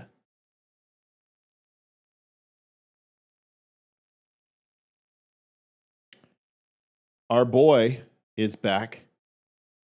Dean Withers. This provincial little putz. I'll tell you what.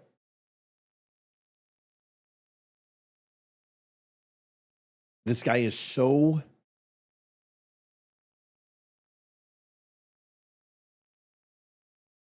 it's not even annoying. He's not stupid. He is an opportunist who is simply waiting for you to say something as he traps you. I would love to debate him. Because the simple process in his debate style is all you need to do is this. Why are you asking me that question? Well, you can't answer it. That's not what I said. Why are you asking me that question? What is your intent? I'm trying to see if you know it or not. Okay, I do. Now, why are you asking me? Well, then tell me. Sure. Why are you asking me? Because he's not asking a question for you to get an answer that is acceptable to him, because there is no answer that's acceptable to him other than his exact thought process on the topic. So all you got to do is ask these yahoos, why are you asking me? And if he can't answer it, it's a real simple point. It's a Kafka trap or Kafka trap. And a Kafka trap, we talked about this last night. It's simple. It's simply a question that if you answer, you're going to be wrong. And if you don't answer, you're going to be wrong. And if he can't tell you why he's asking, then he doesn't understand the complexities of the argument. For example, do you believe in God? Why? Well, because I just want to know. Why? Well, because I'm curious. Why? And it's amazing to see people literally fucking melt down when they get frustrated because they can't tell you why they want to know something. Because then you know they're hiding something. They're simply waiting for you to say something that they can hit you on it, because there is no reason to ask other than that, but they can't tell you that. But a real person would say, well, I'm trying to trap you into this. And I can't tell you how many times I've had a debate with people on this show where they say, well, why? And I'm like, because I'm trying to trap you, because I'm trying to expose that you're a dick. Just when you do that, that's a real conversation. But this guy does it. I want you to listen. I want you to listen to the Kafka traps that he lays for people. And it's his MO, and I love it because I love to destroy people who do that. The next thing with him is that he wants you to get upset. He wants you to get emotional. And he also wants to go on 50 million different topics. And whenever he does this with his finger, I don't think he does it in this video. It's a tell. It's a tell because he thinks he mic dropped the moment. And before the debate even starts, the first thing I would say to Dean Withers is, hey, Dean, I've watched your show quite a bit. And when you do this, I'm going to have to be careful because I know what that means. It means that you felt that you've laid your case down and that you are right. And somehow there is no way I can work my way out of it. And I just want your listeners to know that this is your tell when you do it. That right there would throw this fucking kid for a loop because he cannot talk if you tied his hands together. I want you to listen to him. I want you to see it because it's important to know. It's not that he's stupid. Absolutely. It's that he is not having a conversation to learn and exchange ideas. He is literally looking for a clip like this just so he can post it, and he talks to people and will not listen to them. This guy on the other end of this doesn't know how to explain what I just did. He desperately wants to. He desperately wants to say that this is a Kafka trap, and there's no answer I can give you that will be acceptable. So you're going to carry it around like a moral victory because I'm damned if I do and I'm damned if I don't. He doesn't know how to say that. I just told you how to do it. I hope the guy's listening. Listen. Can I just read you off the No, actual because it's all statement? bullshit. It's all bullshit. It's a dude. statement You're that's just full of shit. Wait. Slow down. I want to read you the literal text, the words. Yeah. No. No. No, you cannot. Why can't I? Because I don't know why you're doing it. Well, I'm trying to show you what Donald Trump said in a literal sense. Fine. Do you want me to say that he composed a series of words without nuance, without emotion, and without context, and you are taking that based upon your perception of what the conversation was about? Then yes, I agree with you 100%. You don't need to tell me. Or have you watched the entire video and you're going to represent Donald Trump's point in an unbiased way, shape, and form? Which one? Because all he does is take this out of context. I'll show you that. I'll tell you that. I'll explain it to you.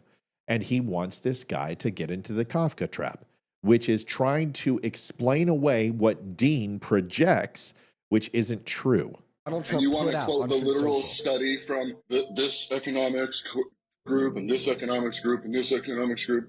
All you guys do is point to quote unquote authority and act like that means something. Well, who made it mean something? Who made it mean something? I want to clarify. I want to clarify. We just really need to clarify here. So my claim is that Donald Trump put out a statement explicitly calling for the termination of the Constitution. And he didn't. So immediately, you have to go ahead and set the parameters of the conversation. Are you talking from a literal sense? Because are you going to apply the sarcasm moniker to this, or are you just going to completely devolve the conversation into a complete fallacy and lie? Because if you're not going to apply the sarcasm moniker, where he talked about liberals literally bending the Constitution, breaking the Constitution, when it came to the election, when it came to Russian collusion, and said, well, we might as well not even have a Constitution. And all you did was took that last sentence where he was tongue-in-cheek and being sardonic, and you're removing that from the equation and taking the literal text with no nuance. You can't do that. That's not the way this works. This isn't scripture, for God's sakes. You cannot disseminate in 7 words a person's intent when they say something, even if they say, nigga Heil Hitler. You don't know if it's a joke. You don't know if they're quoting someone else. You don't know if it's a paraphrase. You don't know if it's one line in a haiku without context. It would be like me listening to the Kanye song, hearing that one line and turning it off. But no, I listened to the rest of it. I listened to how they took his money. I listened to how they won't let him see his kids. I listened to how they labeled him as a Nazi. And now he says, hey, nigga, hail Hitler. Heil Hitler. And then I take his comments that Hitler, wasn't a bad guy, or Hitler did some good things. And I look at his shirts that he's selling on his website, which are the swastika, and I put all of it together. And I come to the conclusion that he is a fucking moron. But I can't do that without the meat and bones of it all. I've got to put the skin on that thing. And Dean Withers is taking a piece that every leftist media outlet has ran, is that Donald Trump wants to destroy the Constitution. That's not what he said. His paraphrasing said, if we're not going to follow the Constitution, we may as well just destroy it. That is what he said. And he's right. Because our founding fathers said the same. That when this form of government, in so many words, isn't working, it should be replaced with a new one. In not so many words. This is the problem with this man baby. And you don't think that me reading off Donald Trump's statement where he explicitly called for the termination of the Constitution is enough evidence? No. And I agree with you. Get him, guy. Please find the ability to nail this kid. You made that claim, and I didn't even refute the claim. I just said you leave out a huge. No, I don't need to. That's the whole thing. You guys try to trap people in. He said this and he said that, and this is what he said. And I can prove it. I can prove it. I can prove it. I don't give a shit. I can take the whole context of what the man is trying to do. I'm not dumb enough to get sucked into a little rabbit hole about one statement Donald Trump once made. I don't give a shit, dude. Like, you're not listening to me. You try to trap people in this little rabbit hole of he did this and he did that and he did this. And I'm saying, back the fuck up. Look at the whole context of what's going on in the world. So what he's trying to do. So what was the context? And what he has done. Can you give me the context behind him trying to erode and destroy the backbone of this country, which is the American Constitution? You're pathetic, dude. No, you are. Because you support a man who wants to destroy the backbone of America, and yet you think you have the right to call yourself a patriot. Welcome to the Kafka experiment. I'm on the show. I can't see you.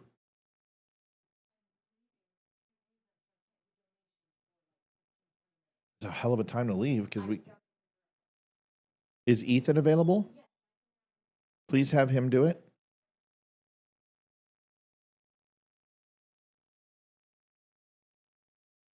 Sorry, folks. Hold on a second. I got to take care of something.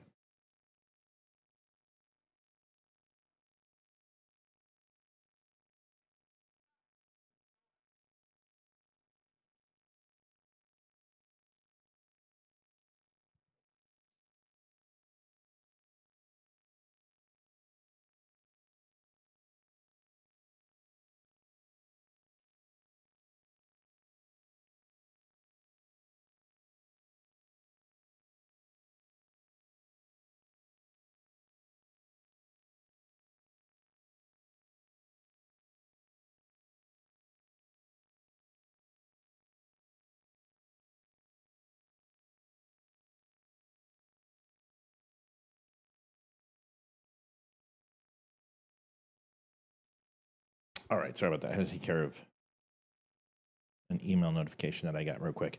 So, to surmise this and to put it in context,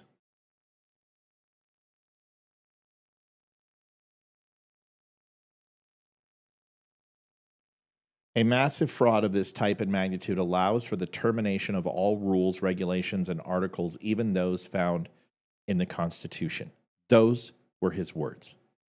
He's not calling for the termination of the Constitution. He's saying a massive fraud with his belief about the voting of 2020 and the election was so extensive that it erodes and essentially negates the Constitution of the United States. He never wanted to terminate the Constitution. He never said it's a complete lie.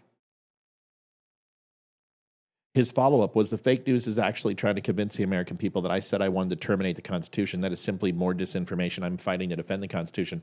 So here's the problem. In an argument with him, the poor guy on the other end of the line wanted to say that. But see, people don't educate themselves and listen and remember. This is something that I don't need to look up. I don't need to look up 90% of their talking points. And that's why I'm able to rattle them off. And that's why they won't call in. Because the moment that they lie, I will not move the conversation forward until they admit they lied.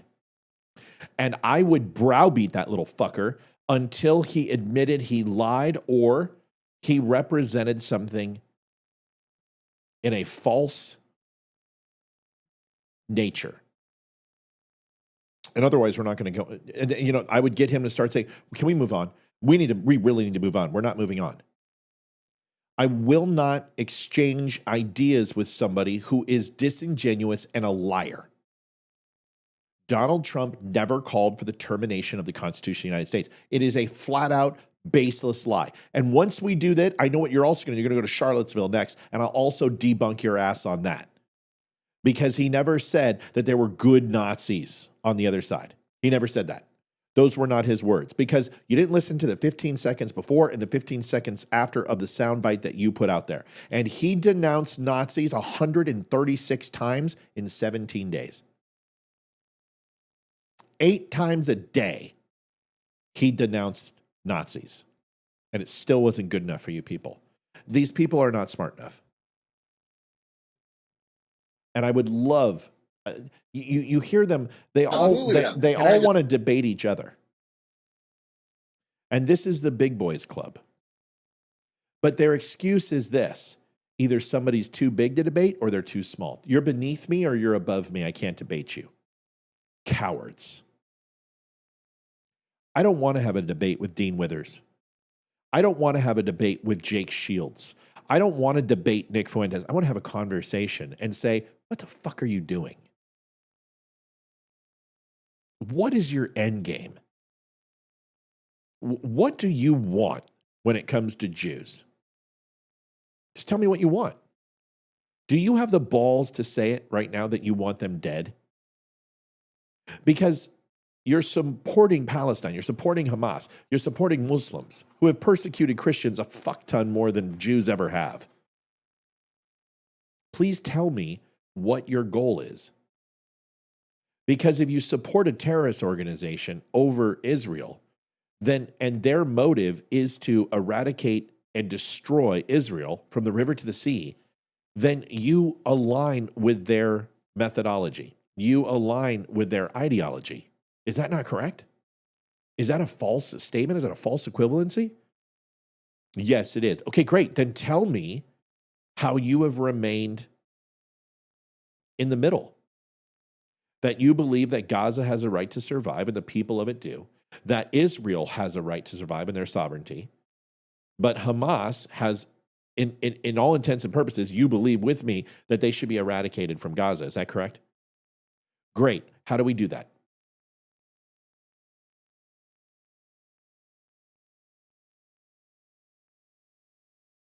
How do you do it? Please tell me how you prosecute a war against terrorists, because the Russians tried it. The French tried it in Vietnam. We tried it in Vietnam.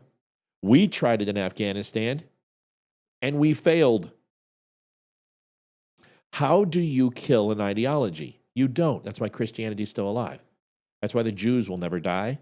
That's why Muslims will never die. Ideology cannot die as long as it inherently lives in the people. And whether it's outwardly castigated or it's internally protected, it will survive until a time that they can rise up and once again believe in what they believe as a communal society. This is why the Christians were almost completely obliterated from certain continents, why Jews were eradicated.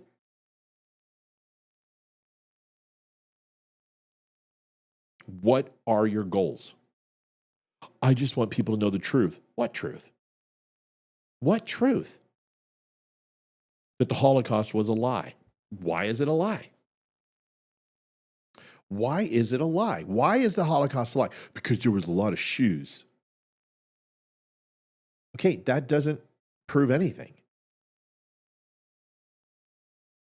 People need to understand is that stop talking to hear yourself talk and stop trying to get over on people on Facebook. Ask questions. If you watch me on Facebook, and I interact with thousands of people a day, I always ask questions. They come on there and they're like, you're a Trump tard. And then I insult them. And I get them all riled up and then I just ban them. But if somebody comes in with a legitimate gripe, a legitimate beef and says, why do you support that orange orangutan? My question is simple. Why would you call a human being a primate?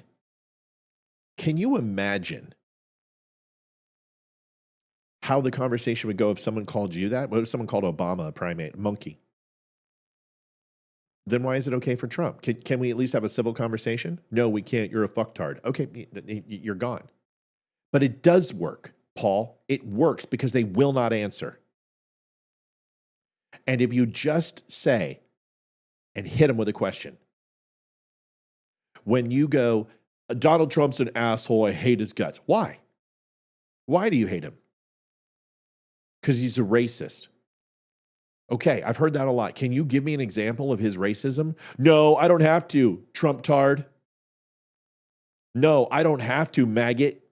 Well, thanks for proving my point.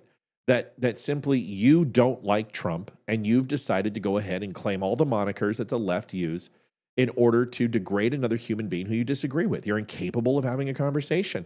And I know Donald Trump is capable of having a conversation, so there is one area where he's better than you at. And I bet there are more than that. Thanks for proving my point. Ask questions. I will debate 3 liberals at one point, but it's not going to be a debate because there's no such thing as a debate has no outcome that's acceptable by both parties. Therefore, it's not a conversation. Don't you understand? There has to be a winner and a loser in debate, even when there's not. And in my eyes, a conversation has winners and losers inside the moments of the conversation, and it can be struck by multiple people, and there is no scorecard. Let me give you an example. Someone wants to go ahead and say that Hitler was a good guy. My point is the Holocaust was real. Hitler was a bad guy. Mein Kampf is essentially the layout of the entire process, which is an indictment of Adolf Hitler's true intentions, and then he just did it. So if you're trying to say that Adolf Hitler was it was all propaganda, well, then why did he write it out in Mein Kampf? Second, if he did write it out in Mein Kampf and the Holocaust never did happen and he lost World War II and Germany was a complete fucking failure afterwards, demilitarized, and went to the freaking small kids table at Thanksgiving dinner on the national stage, and he didn't successfully reinstate Germany to the success and eradicate the Europeans and eradicate the Jews from Germany like he planned to, then he's a fucking loser. So why do you follow him? And why do you think he's great?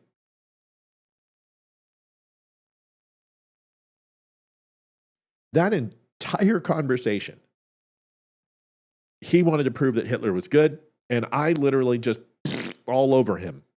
Did he lose? Not if he didn't change his mind. He certainly didn't win if he didn't change his mind.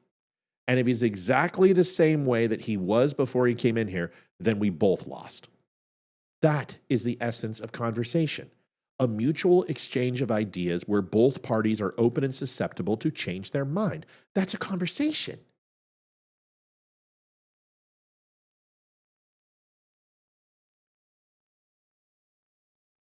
So if 3 liberals came out here, first of all, I wouldn't classify them as liberals. I would want to have a conversation with them. I want to identify what they do. But what do you really believe in? I believe in bigger government, more. No, come on. What do you believe in? I believe that everyone should have the opportunity for life, liberty, and the pursuit of happiness, and that's trans people too. Fucking great. I love that. I agree with you. I agree with you. There's only one caveat to that point. Okay, what is it? That not at the expense of my life, liberty, and the pursuit of happiness should someone else's happiness be more important. And you don't need my acceptance for you to be happy. And if you do, then it's not acceptance. It's conformity. And that is completely not in the definition of liberty. Conversation. But we don't do that. What we want to do is we want to catch people saying something wrong. And I won, and you lost. It's not a conversation. It's fucking sandbox games. That's I'm taking my football and I'm going home. Ben Shapiro doesn't know how to do it. Dean Withers doesn't know how to do it. Charlie Kirk doesn't know how to do it. Jordan Peterson doesn't know how to do it. There is no, you know what? There is just nobody out there except for Joe Rogan who just really wants to have a conversation with you. And he doesn't care. Roseanne Barr is another one. Roseanne Barr has Ian Carroll on her show. Ian Carroll's taking over for Candace Owens. Roseanne wants to punch Candace Owens in the face. Well, she said that. I don't think she wants to do that. I think she was just being dramatic. But Ian Carroll is coming on. And Roseanne's like, fuck you guys. You don't like it? How dare you not like it? I want to have a conversation. I'm going to learn about people. I don't want to be like the talking heads and just everybody agree with me. I feel the exact same way. But when you disagree with me, understand I'm going to argue with you. Because I'm not going to say anything if I'm wrong. And if I'm right, I will simply just lay out the facts. And you're not going to like it because I will not relent. And sometimes I am wrong and I will fight, but I usually figure it out pretty quick and I apologize. We need to stop debating. I hate this shit. Debates. Ben Shapiro is a debater. He can debate. But that's not a conversation. Michael Knowles is really good. If you guys want to go listen to Michael Knowles, that guy asks questions. And yeah, he's kind of smug. But he asks questions. Just figured I would show you that. Folks, we are at 216.86. We need some donations. It's 9 o'clock, and it is officially overtime. I've got a couple of the things I want to show you. So if you would be so inclined, let's hit goal so we can do that. Ireland, 14 days straight in Irish rising up and reaffirming the right to ownership of Ireland. They're not too happy. Let's go ahead and watch this.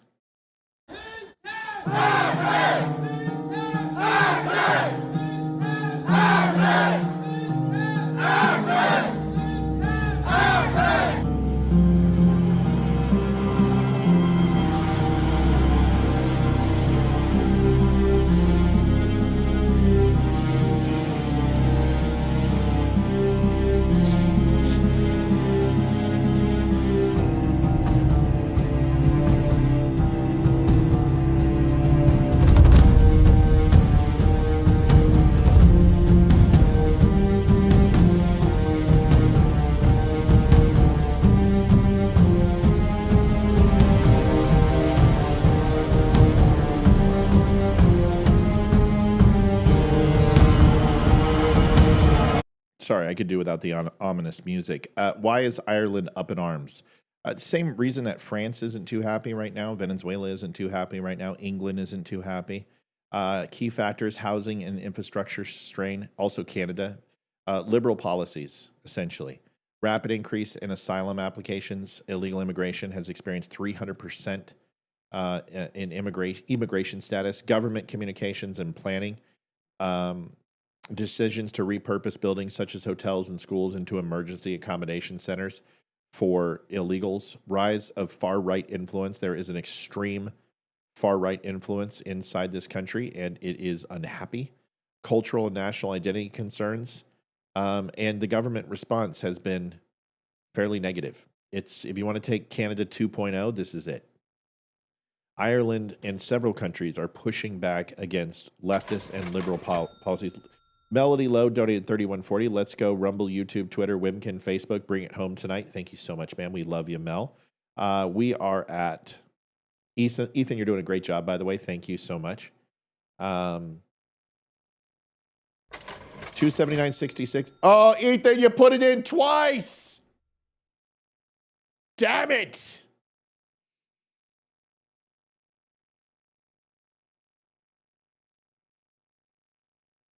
Damn it, son. You put it in twice, buddy. Don't worry about it. You're okay. I'm not mad at you. I'm just busting balls, bud. Okay, but don't put it in twice. Slow down. Now I got to go back in and wipe this thing clean, Bubba. And you know how Dad hates to do double work. Hey. Thanks for helping me, bud. You're doing a good job. Come here real quick to make sure I get this right, okay? So it is... Where do I go? I haven't done this. I taught your mom how to do this a year ago, and I don't remember. So we're going to be here for days. All widgets. Typical. Okay, so that's that. We don't want that. I'm going to go back here.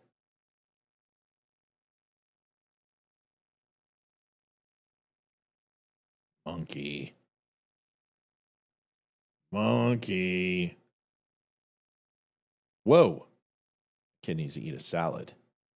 It's not nice, Ethan. Don't say those mean things to children. He's just a child. It's not his fault. It's a glandular problem. He ate his parents.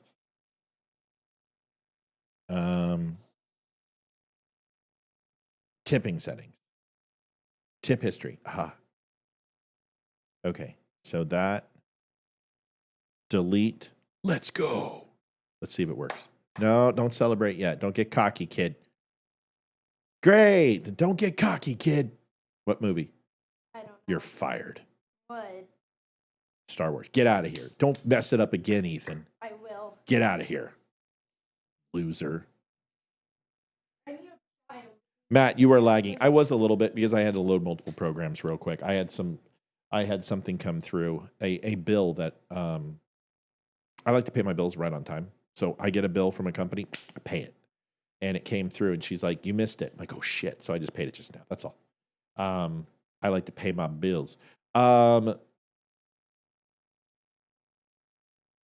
is doing a great job, isn't he?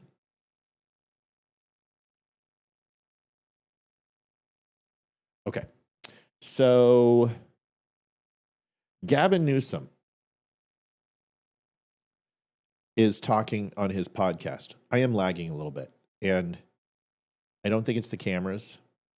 It's a lot of processing power is being taken. Is this Washington's first game? Are they playing Carolina? I don't remember. Okay. Anyway, Gavin Newsom is having a conversation on his podcast, and I want you to listen to this. And I can't believe I'm going to defend Gavin Newsom. This is horrible, but here it is. Lightly. I went through it in a quick hour and a half, almost 2 hours. And trust me, I don't read very fast, but it reads at an unbelievable pace. It's so well written. And of course, it's so familiar because I felt a little bit adjacent to so much of the subject matter, but it's 18 chapters. It's an impressive piece of work, 263 or so pages.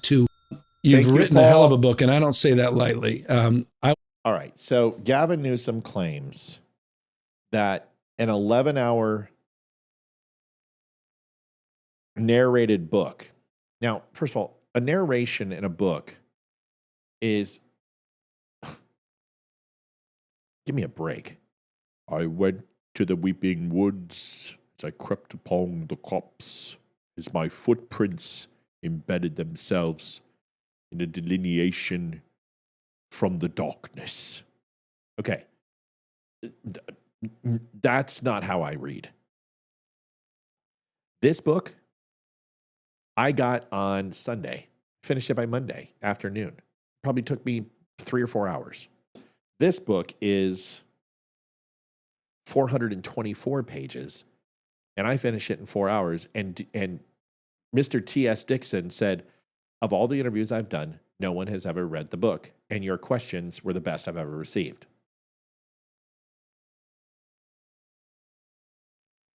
It's not hard. Yep, Leafs are playing great. This might be the Leafs year. They look good. Dallas is going to be the wagon, though. Mikko Rantanen is just fucking going off. Rachel Orlando, support $1.50. Thank you, hun. 270.86, folks. We're almost there. This book, I annotated the book like crazy.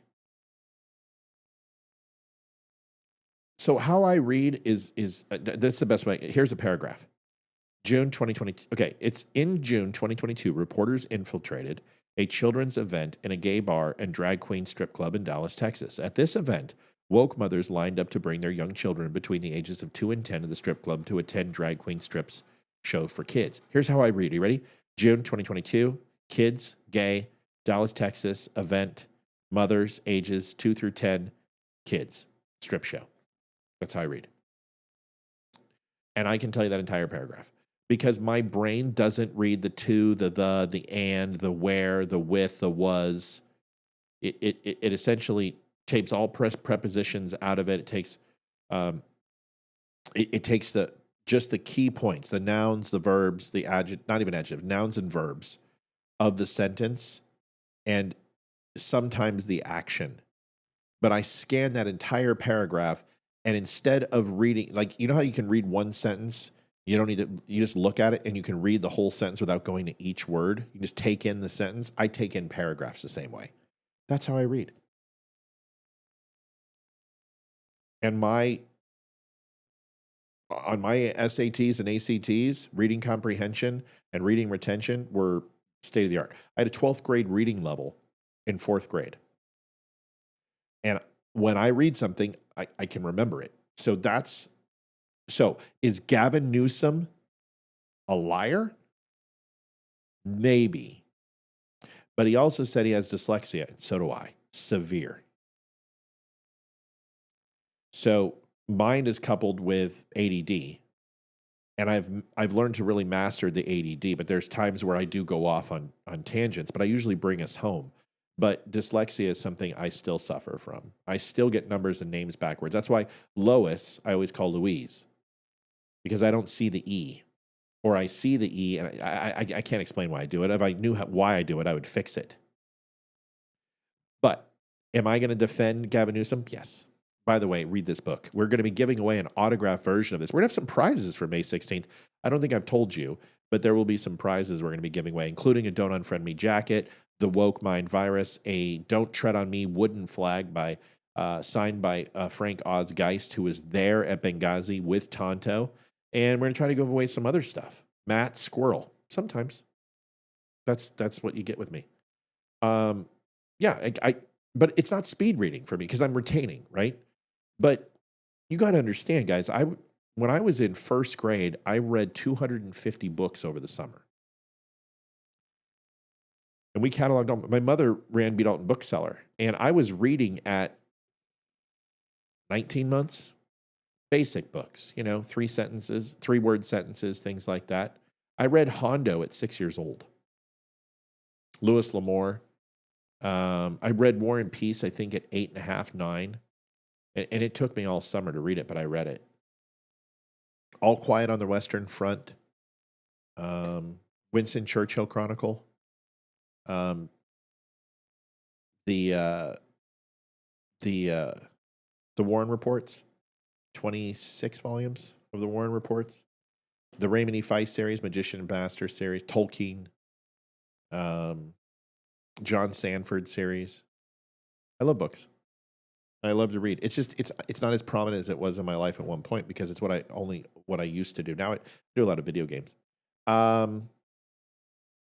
So is he lying? I don't know. I don't think so. I think if someone's going to be on my show, I'm going to read their book because I owe them that. It's a good thing to do. Okay.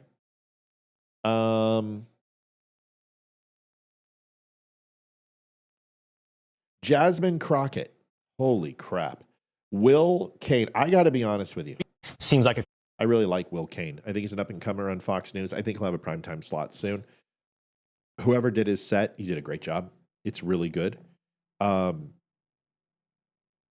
Griffiths, the trade set ran off, and he seems to be on a mission now. No, that's not it. That's not it. He's always been a game player, and I know he's got like 14 points in 4 games. A lot of it is cleanup and mop-ups, and Dallas crashes the net, and they make a lot of noise in front of the net. They shoot from the blue line. This is where he survives. And honestly, I mean, truly, when it comes to Hellebuck, he kicks left side on his rebounds. And so he just gives the puck to Rantanen all day long. Rantanen's amazing. I have nothing bad to say about Rantanen. We didn't trade the Avs, didn't trade him to Dallas. We're not that stupid. We gave him to Carolina, and then he went to Dallas, and that's unfortunate. Dallas is going to be tough because they have amazing depth. If Heiskanen come back and Robertson comes back, this is their year to win the Cup. And they earned it. They beat the Avalanche. The Avalanche were the best team in the NHL. Everyone knows they were the best team in the NHL. Nobody is sitting here and saying that the Avs weren't incredible. And the Avs outplayed the Dallas Stars in every single game. I don't even care. Even in Game 3. And I'll show you why. Real quick. Hockey's over for me. You guys should have left it dead, but that's okay. You mentioned it, so I'm just going to show you. Here is the production of all 7 games. And if you think that I don't know what I'm talking about, here it is. Hey, Paul Rivera, 2110, great show. Thank you, brother. I appreciate you. Yeah, we're getting a little lag. I don't know why, but we're lagging a little bit. That's okay.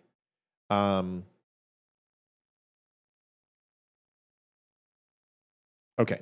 So if you take a look here, offense is this teal color. Our teal right here, this is individual offense. Purple is individual defense. This is team offense above average. Take a look. McKinnon, McCarr, Taves, Lehkonen, Rantanen, Harvey, Netchis, Smolinski, Nelson, Landeskog, Logan O'Connor, even fucking Landeskog. Rupe Hintz. So if you just look at the swings for the Avs dominated this, just dominated all 7 games. Dominated. Anyone who looks at this, who understands hockey, would bet 1,000,000 times out of 1,000,000. Hey, Matty Howanitz, here's some love with a little bit of sauce. I can't see you. Okay, sorry, I don't even know who's there because I got this light. Yeah, no, thanks, I got you now. But you got to, with this new setup, I can't see you. Love you. Matty Howanitz, thank you. So it is quick. I'm done in 10 seconds. The point is, anyone who understands hockey analytics looks at that graph and goes, 1,000,000 times out of 1,000,000, Colorado Avalanche wins that series. The fact that they gave up 3 leads, the fact that we were leading at 190 minutes, and 190 minutes of leads, and they led for the entire series up into Game 5 for 3 minutes. It was just, it sucks. All right, Will Kane, here he is. Seems like a comedy bit that you might see out of Veep, but we didn't make this up. It's real. It's a congresswoman, a real one, asking a real witness, I guess, real questions. I want to play a game. It's called Trump or Trans. You ready? Okay. So I'm going to ask you a question, and I want you to tell me. No, I'm not here for your personal amusement. You're a legislator. You have a processes that you're doing this circus. You have questions for me. Otherwise, I'm dismissing myself. I'm not playing your fucking game. I'm not going to play, is it trans or is it Trump with you? Okay? You're an embarrassment to your position. And I'd get up and I'd walk out. The moment I'm reclaiming my time. I'm reclaiming my sanity. I'm leaving. You're an idiot. Whether or not it is Trump or trans people that are responsible, you understand? Cutting health care. Trump. Firing. Liv. Ethan put in the donation twice. Again. Matt Howanit or Paul Rivera.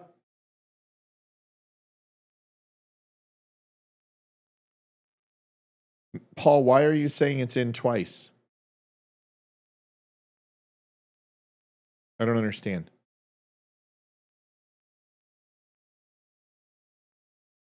Paul, explain it to me, okay, buddy? Because I can't do both. You got to tell me what's up. Government workers who keep our country safe. Trump. Encouraging an environment of hate and divisiveness. Go in chat and talk to Paul Rivera. Tell Mom to go talk to Paul. Thank you so much. Chock full of lies. She went on to say as well that Trump's caused inflation. False. Kidnapped and deported American citizens. False. Put us on the precipice of a recession. False. Just classiness all around from Congresswoman Jasmine Crockett, which at this point really should be no surprise. Talk to Paul in chat, please. I'm busy doing a show. We got Governor Hot Wheels down there. Come on now. And the only thing hot about him is that he is a hot mess, honey. We know how to use a chair. Whether we pulling it up or we doing something else with it. Somebody slap me and wake me the up because I'm ready to get on with it. If you could speak directly to Elon Musk, what would you say? Off. All of this obviously leads to the question of who voted for Jasmine Crockett. They should be embarrassed. Seems like. Listen, I don't have a problem with someone talking with passion. I tend to cuss. I would be pretty hypocritical if I sat here and did this. But this woman is literally a hood rat. I'm sorry. She's a hood rat. And trust me, white people can be hood rats too. I know a lot of people who were hood rat. You thanked me twice for the same donation. I don't know, man. I'm sorry. I'm just busy working. I don't know, man. Good night, buddy. Have a good one. I love you.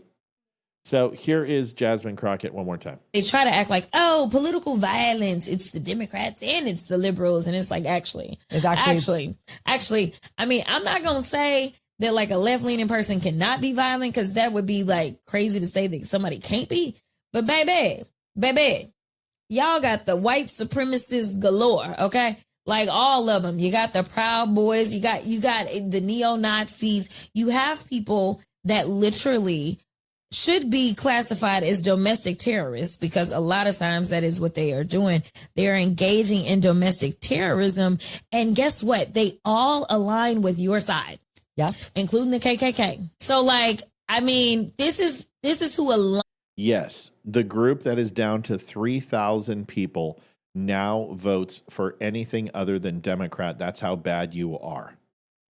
The party that voted with the KKK for its entire existence, they abandon you because you have literally are so terrible to what their beliefs are and so opposite of what they do.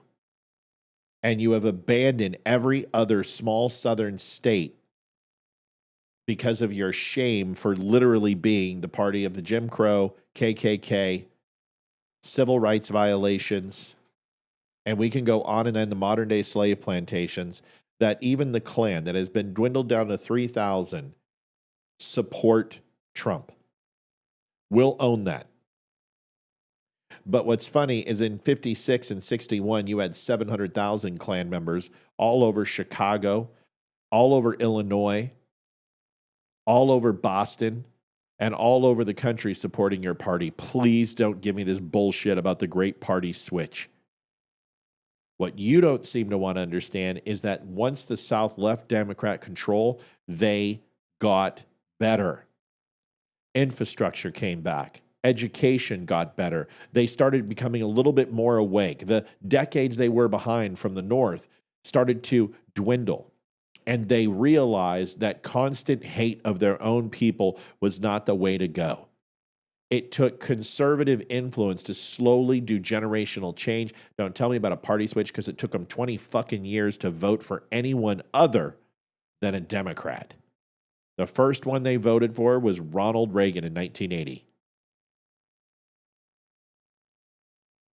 Give me a break, you uneducated heifer. Lines with that. So, like, inherently in, like, who you are, y'all are violent. Like, right. Y'all, and most of your violence has to do with people that's got a little bit of melanin. But nevertheless, like, y'all are a violent group. 16% of the population is responsible for 51% of the crime in the United States, felonious crime. And I hate to say it, because I don't like breaking this down per population, because I think black people, unfortunately, move to crime because that's what they're fed in these Democrat-run establishments. But you're actually going to sit here with a straight fucking face and tell me that people with melanin in their skin don't portray violence against and commit violence and atrocities against their own people, let alone white people? Lady, you are so fucking detached from reality. What a loser. Like, you attract violent actors, and, like, I'm sorry, I know they tried to make Black Lives Matter out to be the most violent. What about Black Lives Matter? No. So that's the thing. Like, they try to pretend like that. God, it's like a Weight Watchers rejection podcast. Ugh. Pretty bad. Folks, They try to act like, political. No, we're good. We're good. Shut up. $291.96, folks. We just need one more donation to hit our 300. We would really appreciate it. Be right back. May 16th, 6 p.m. to 11 p.m. One night only. The DUM Show is hosting a night built on something real. No filters, no corporate sponsors, no gatekeepers. It started with a simple offer. A longtime supporter asked what it would take to build a real studio. A place where conversations stay honest, not bought and sold. He didn't just ask. He promised to match every dollar donated that night up to $10,000. The call went out and the right people answered. Chris Tonto Toronto, Benghazi hero who fought through the night when leadership abandoned them. Roseanne Barr, the voice Hollywood tried to erase but never could. Laura Logan, the journalist who exposed corruption and never blinked. They're not coming for a paycheck. They're coming because the fight for truth is still worth showing up for. And they're joined by T.S. Dixon, Damani Felder, Barry Morgenstein, Lisa Regina, Ryan Samuels, and Jason Shepard. One night, one shot to show that real voices still matter. Follow along at The DUM Show and get all the details at thedumshow.com. The race to 20K starts now. Be part of it. All right, folks, $291.96. We are shy. Would just love a quick hit, so get this out of here. Biden spent over $230 million to build a pier near Gaza. You remember this? Which lasted 20 days. $230 million. $250 million to build a pier 62 U.S. troops were injured during the mission. One service member was medically evacuated in critical condition and died 5 months later. The pier also caused $31 million in damages to other equipment. The Biden administration is responsible for this epic cacophony of shit. Here is the pier in action. I just thought you would want to know.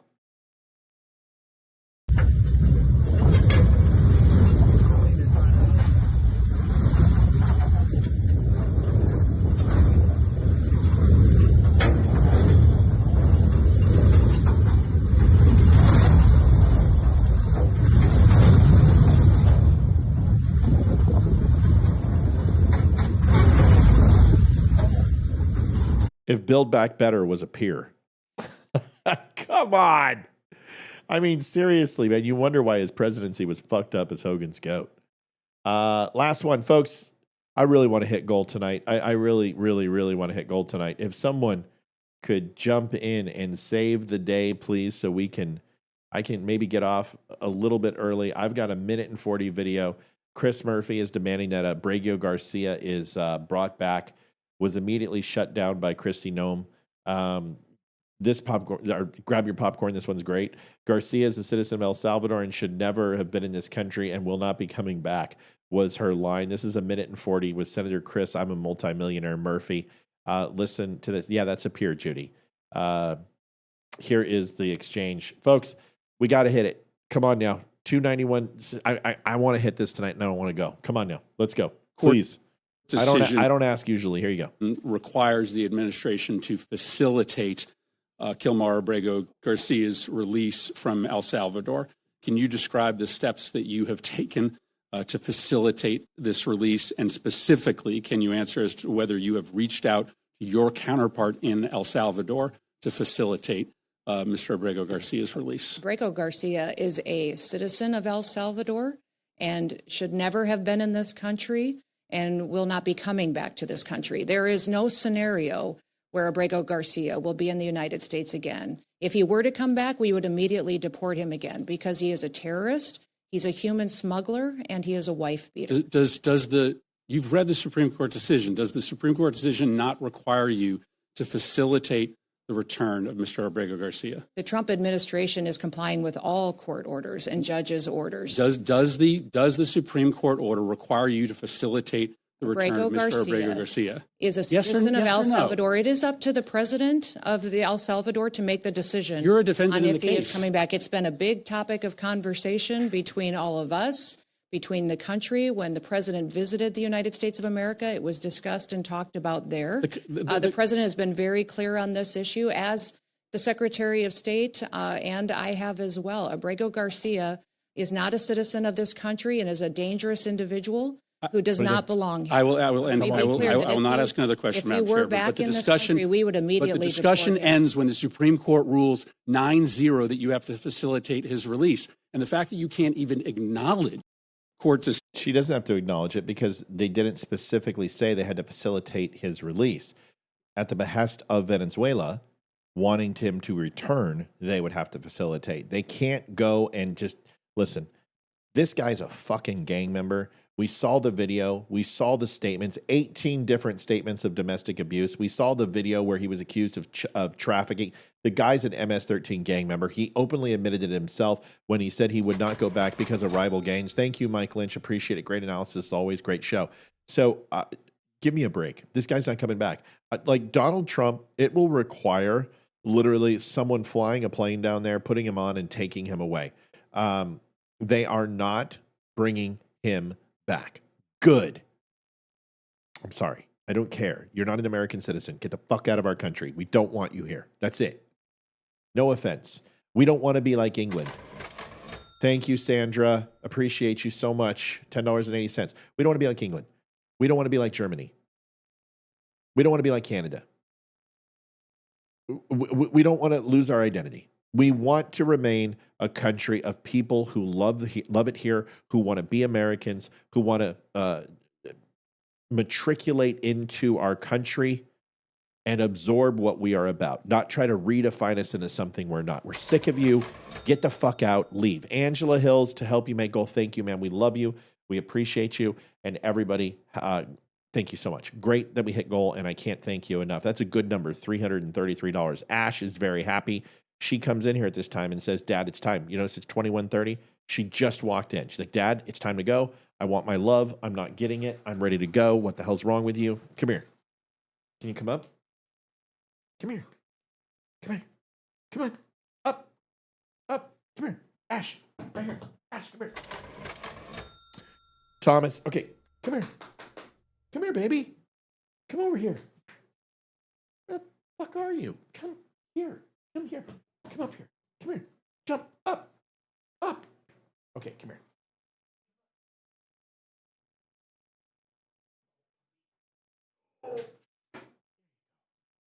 Say hi. Say hi. Look. Look. Look. Say hi, everybody. Hi, everybody. Oh, big bite on the nose. Hello, kisses. Hello, kisses. This is Ash. Hi.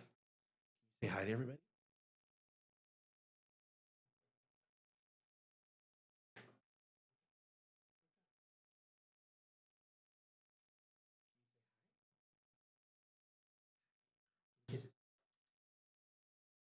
Don't bite me.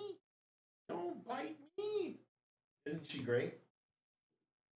All right, everybody. She is big. She's a big dog.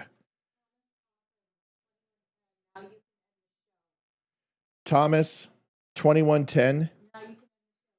All right, now I can end the show. Anyway, this is Ash. She is adorable. She is huge. She can stand up and she can put her nose right here on my chin. She's huge. All right. Jeffrey Oliphant, stick the landing. I most assuredly will. Folks, I'm out of here. I'm going to go kiss my wife and have a wonderful night. Thank you for all the donations. Thank you for your help. Remember the 16th, circle the calendar. We'll also be back tomorrow. Olivia, myself will be here. We're going to have a great Red Friday. We cannot wait to see you. Thank you, everybody. We love you. We appreciate you. See you tomorrow. Thanks for everything. Bye. Adjusting transmitter output. This is the Don't Unfriend Me Show with your hosts, Matt, Leroy, Amy, and Olivia. Geopolitics, military analysis, and election coverage. Coming to you live on all major social media channels at The DUM Show. Honest, direct, unfiltered. We can agree. Okay. We can disagree. Just don't. How much was it?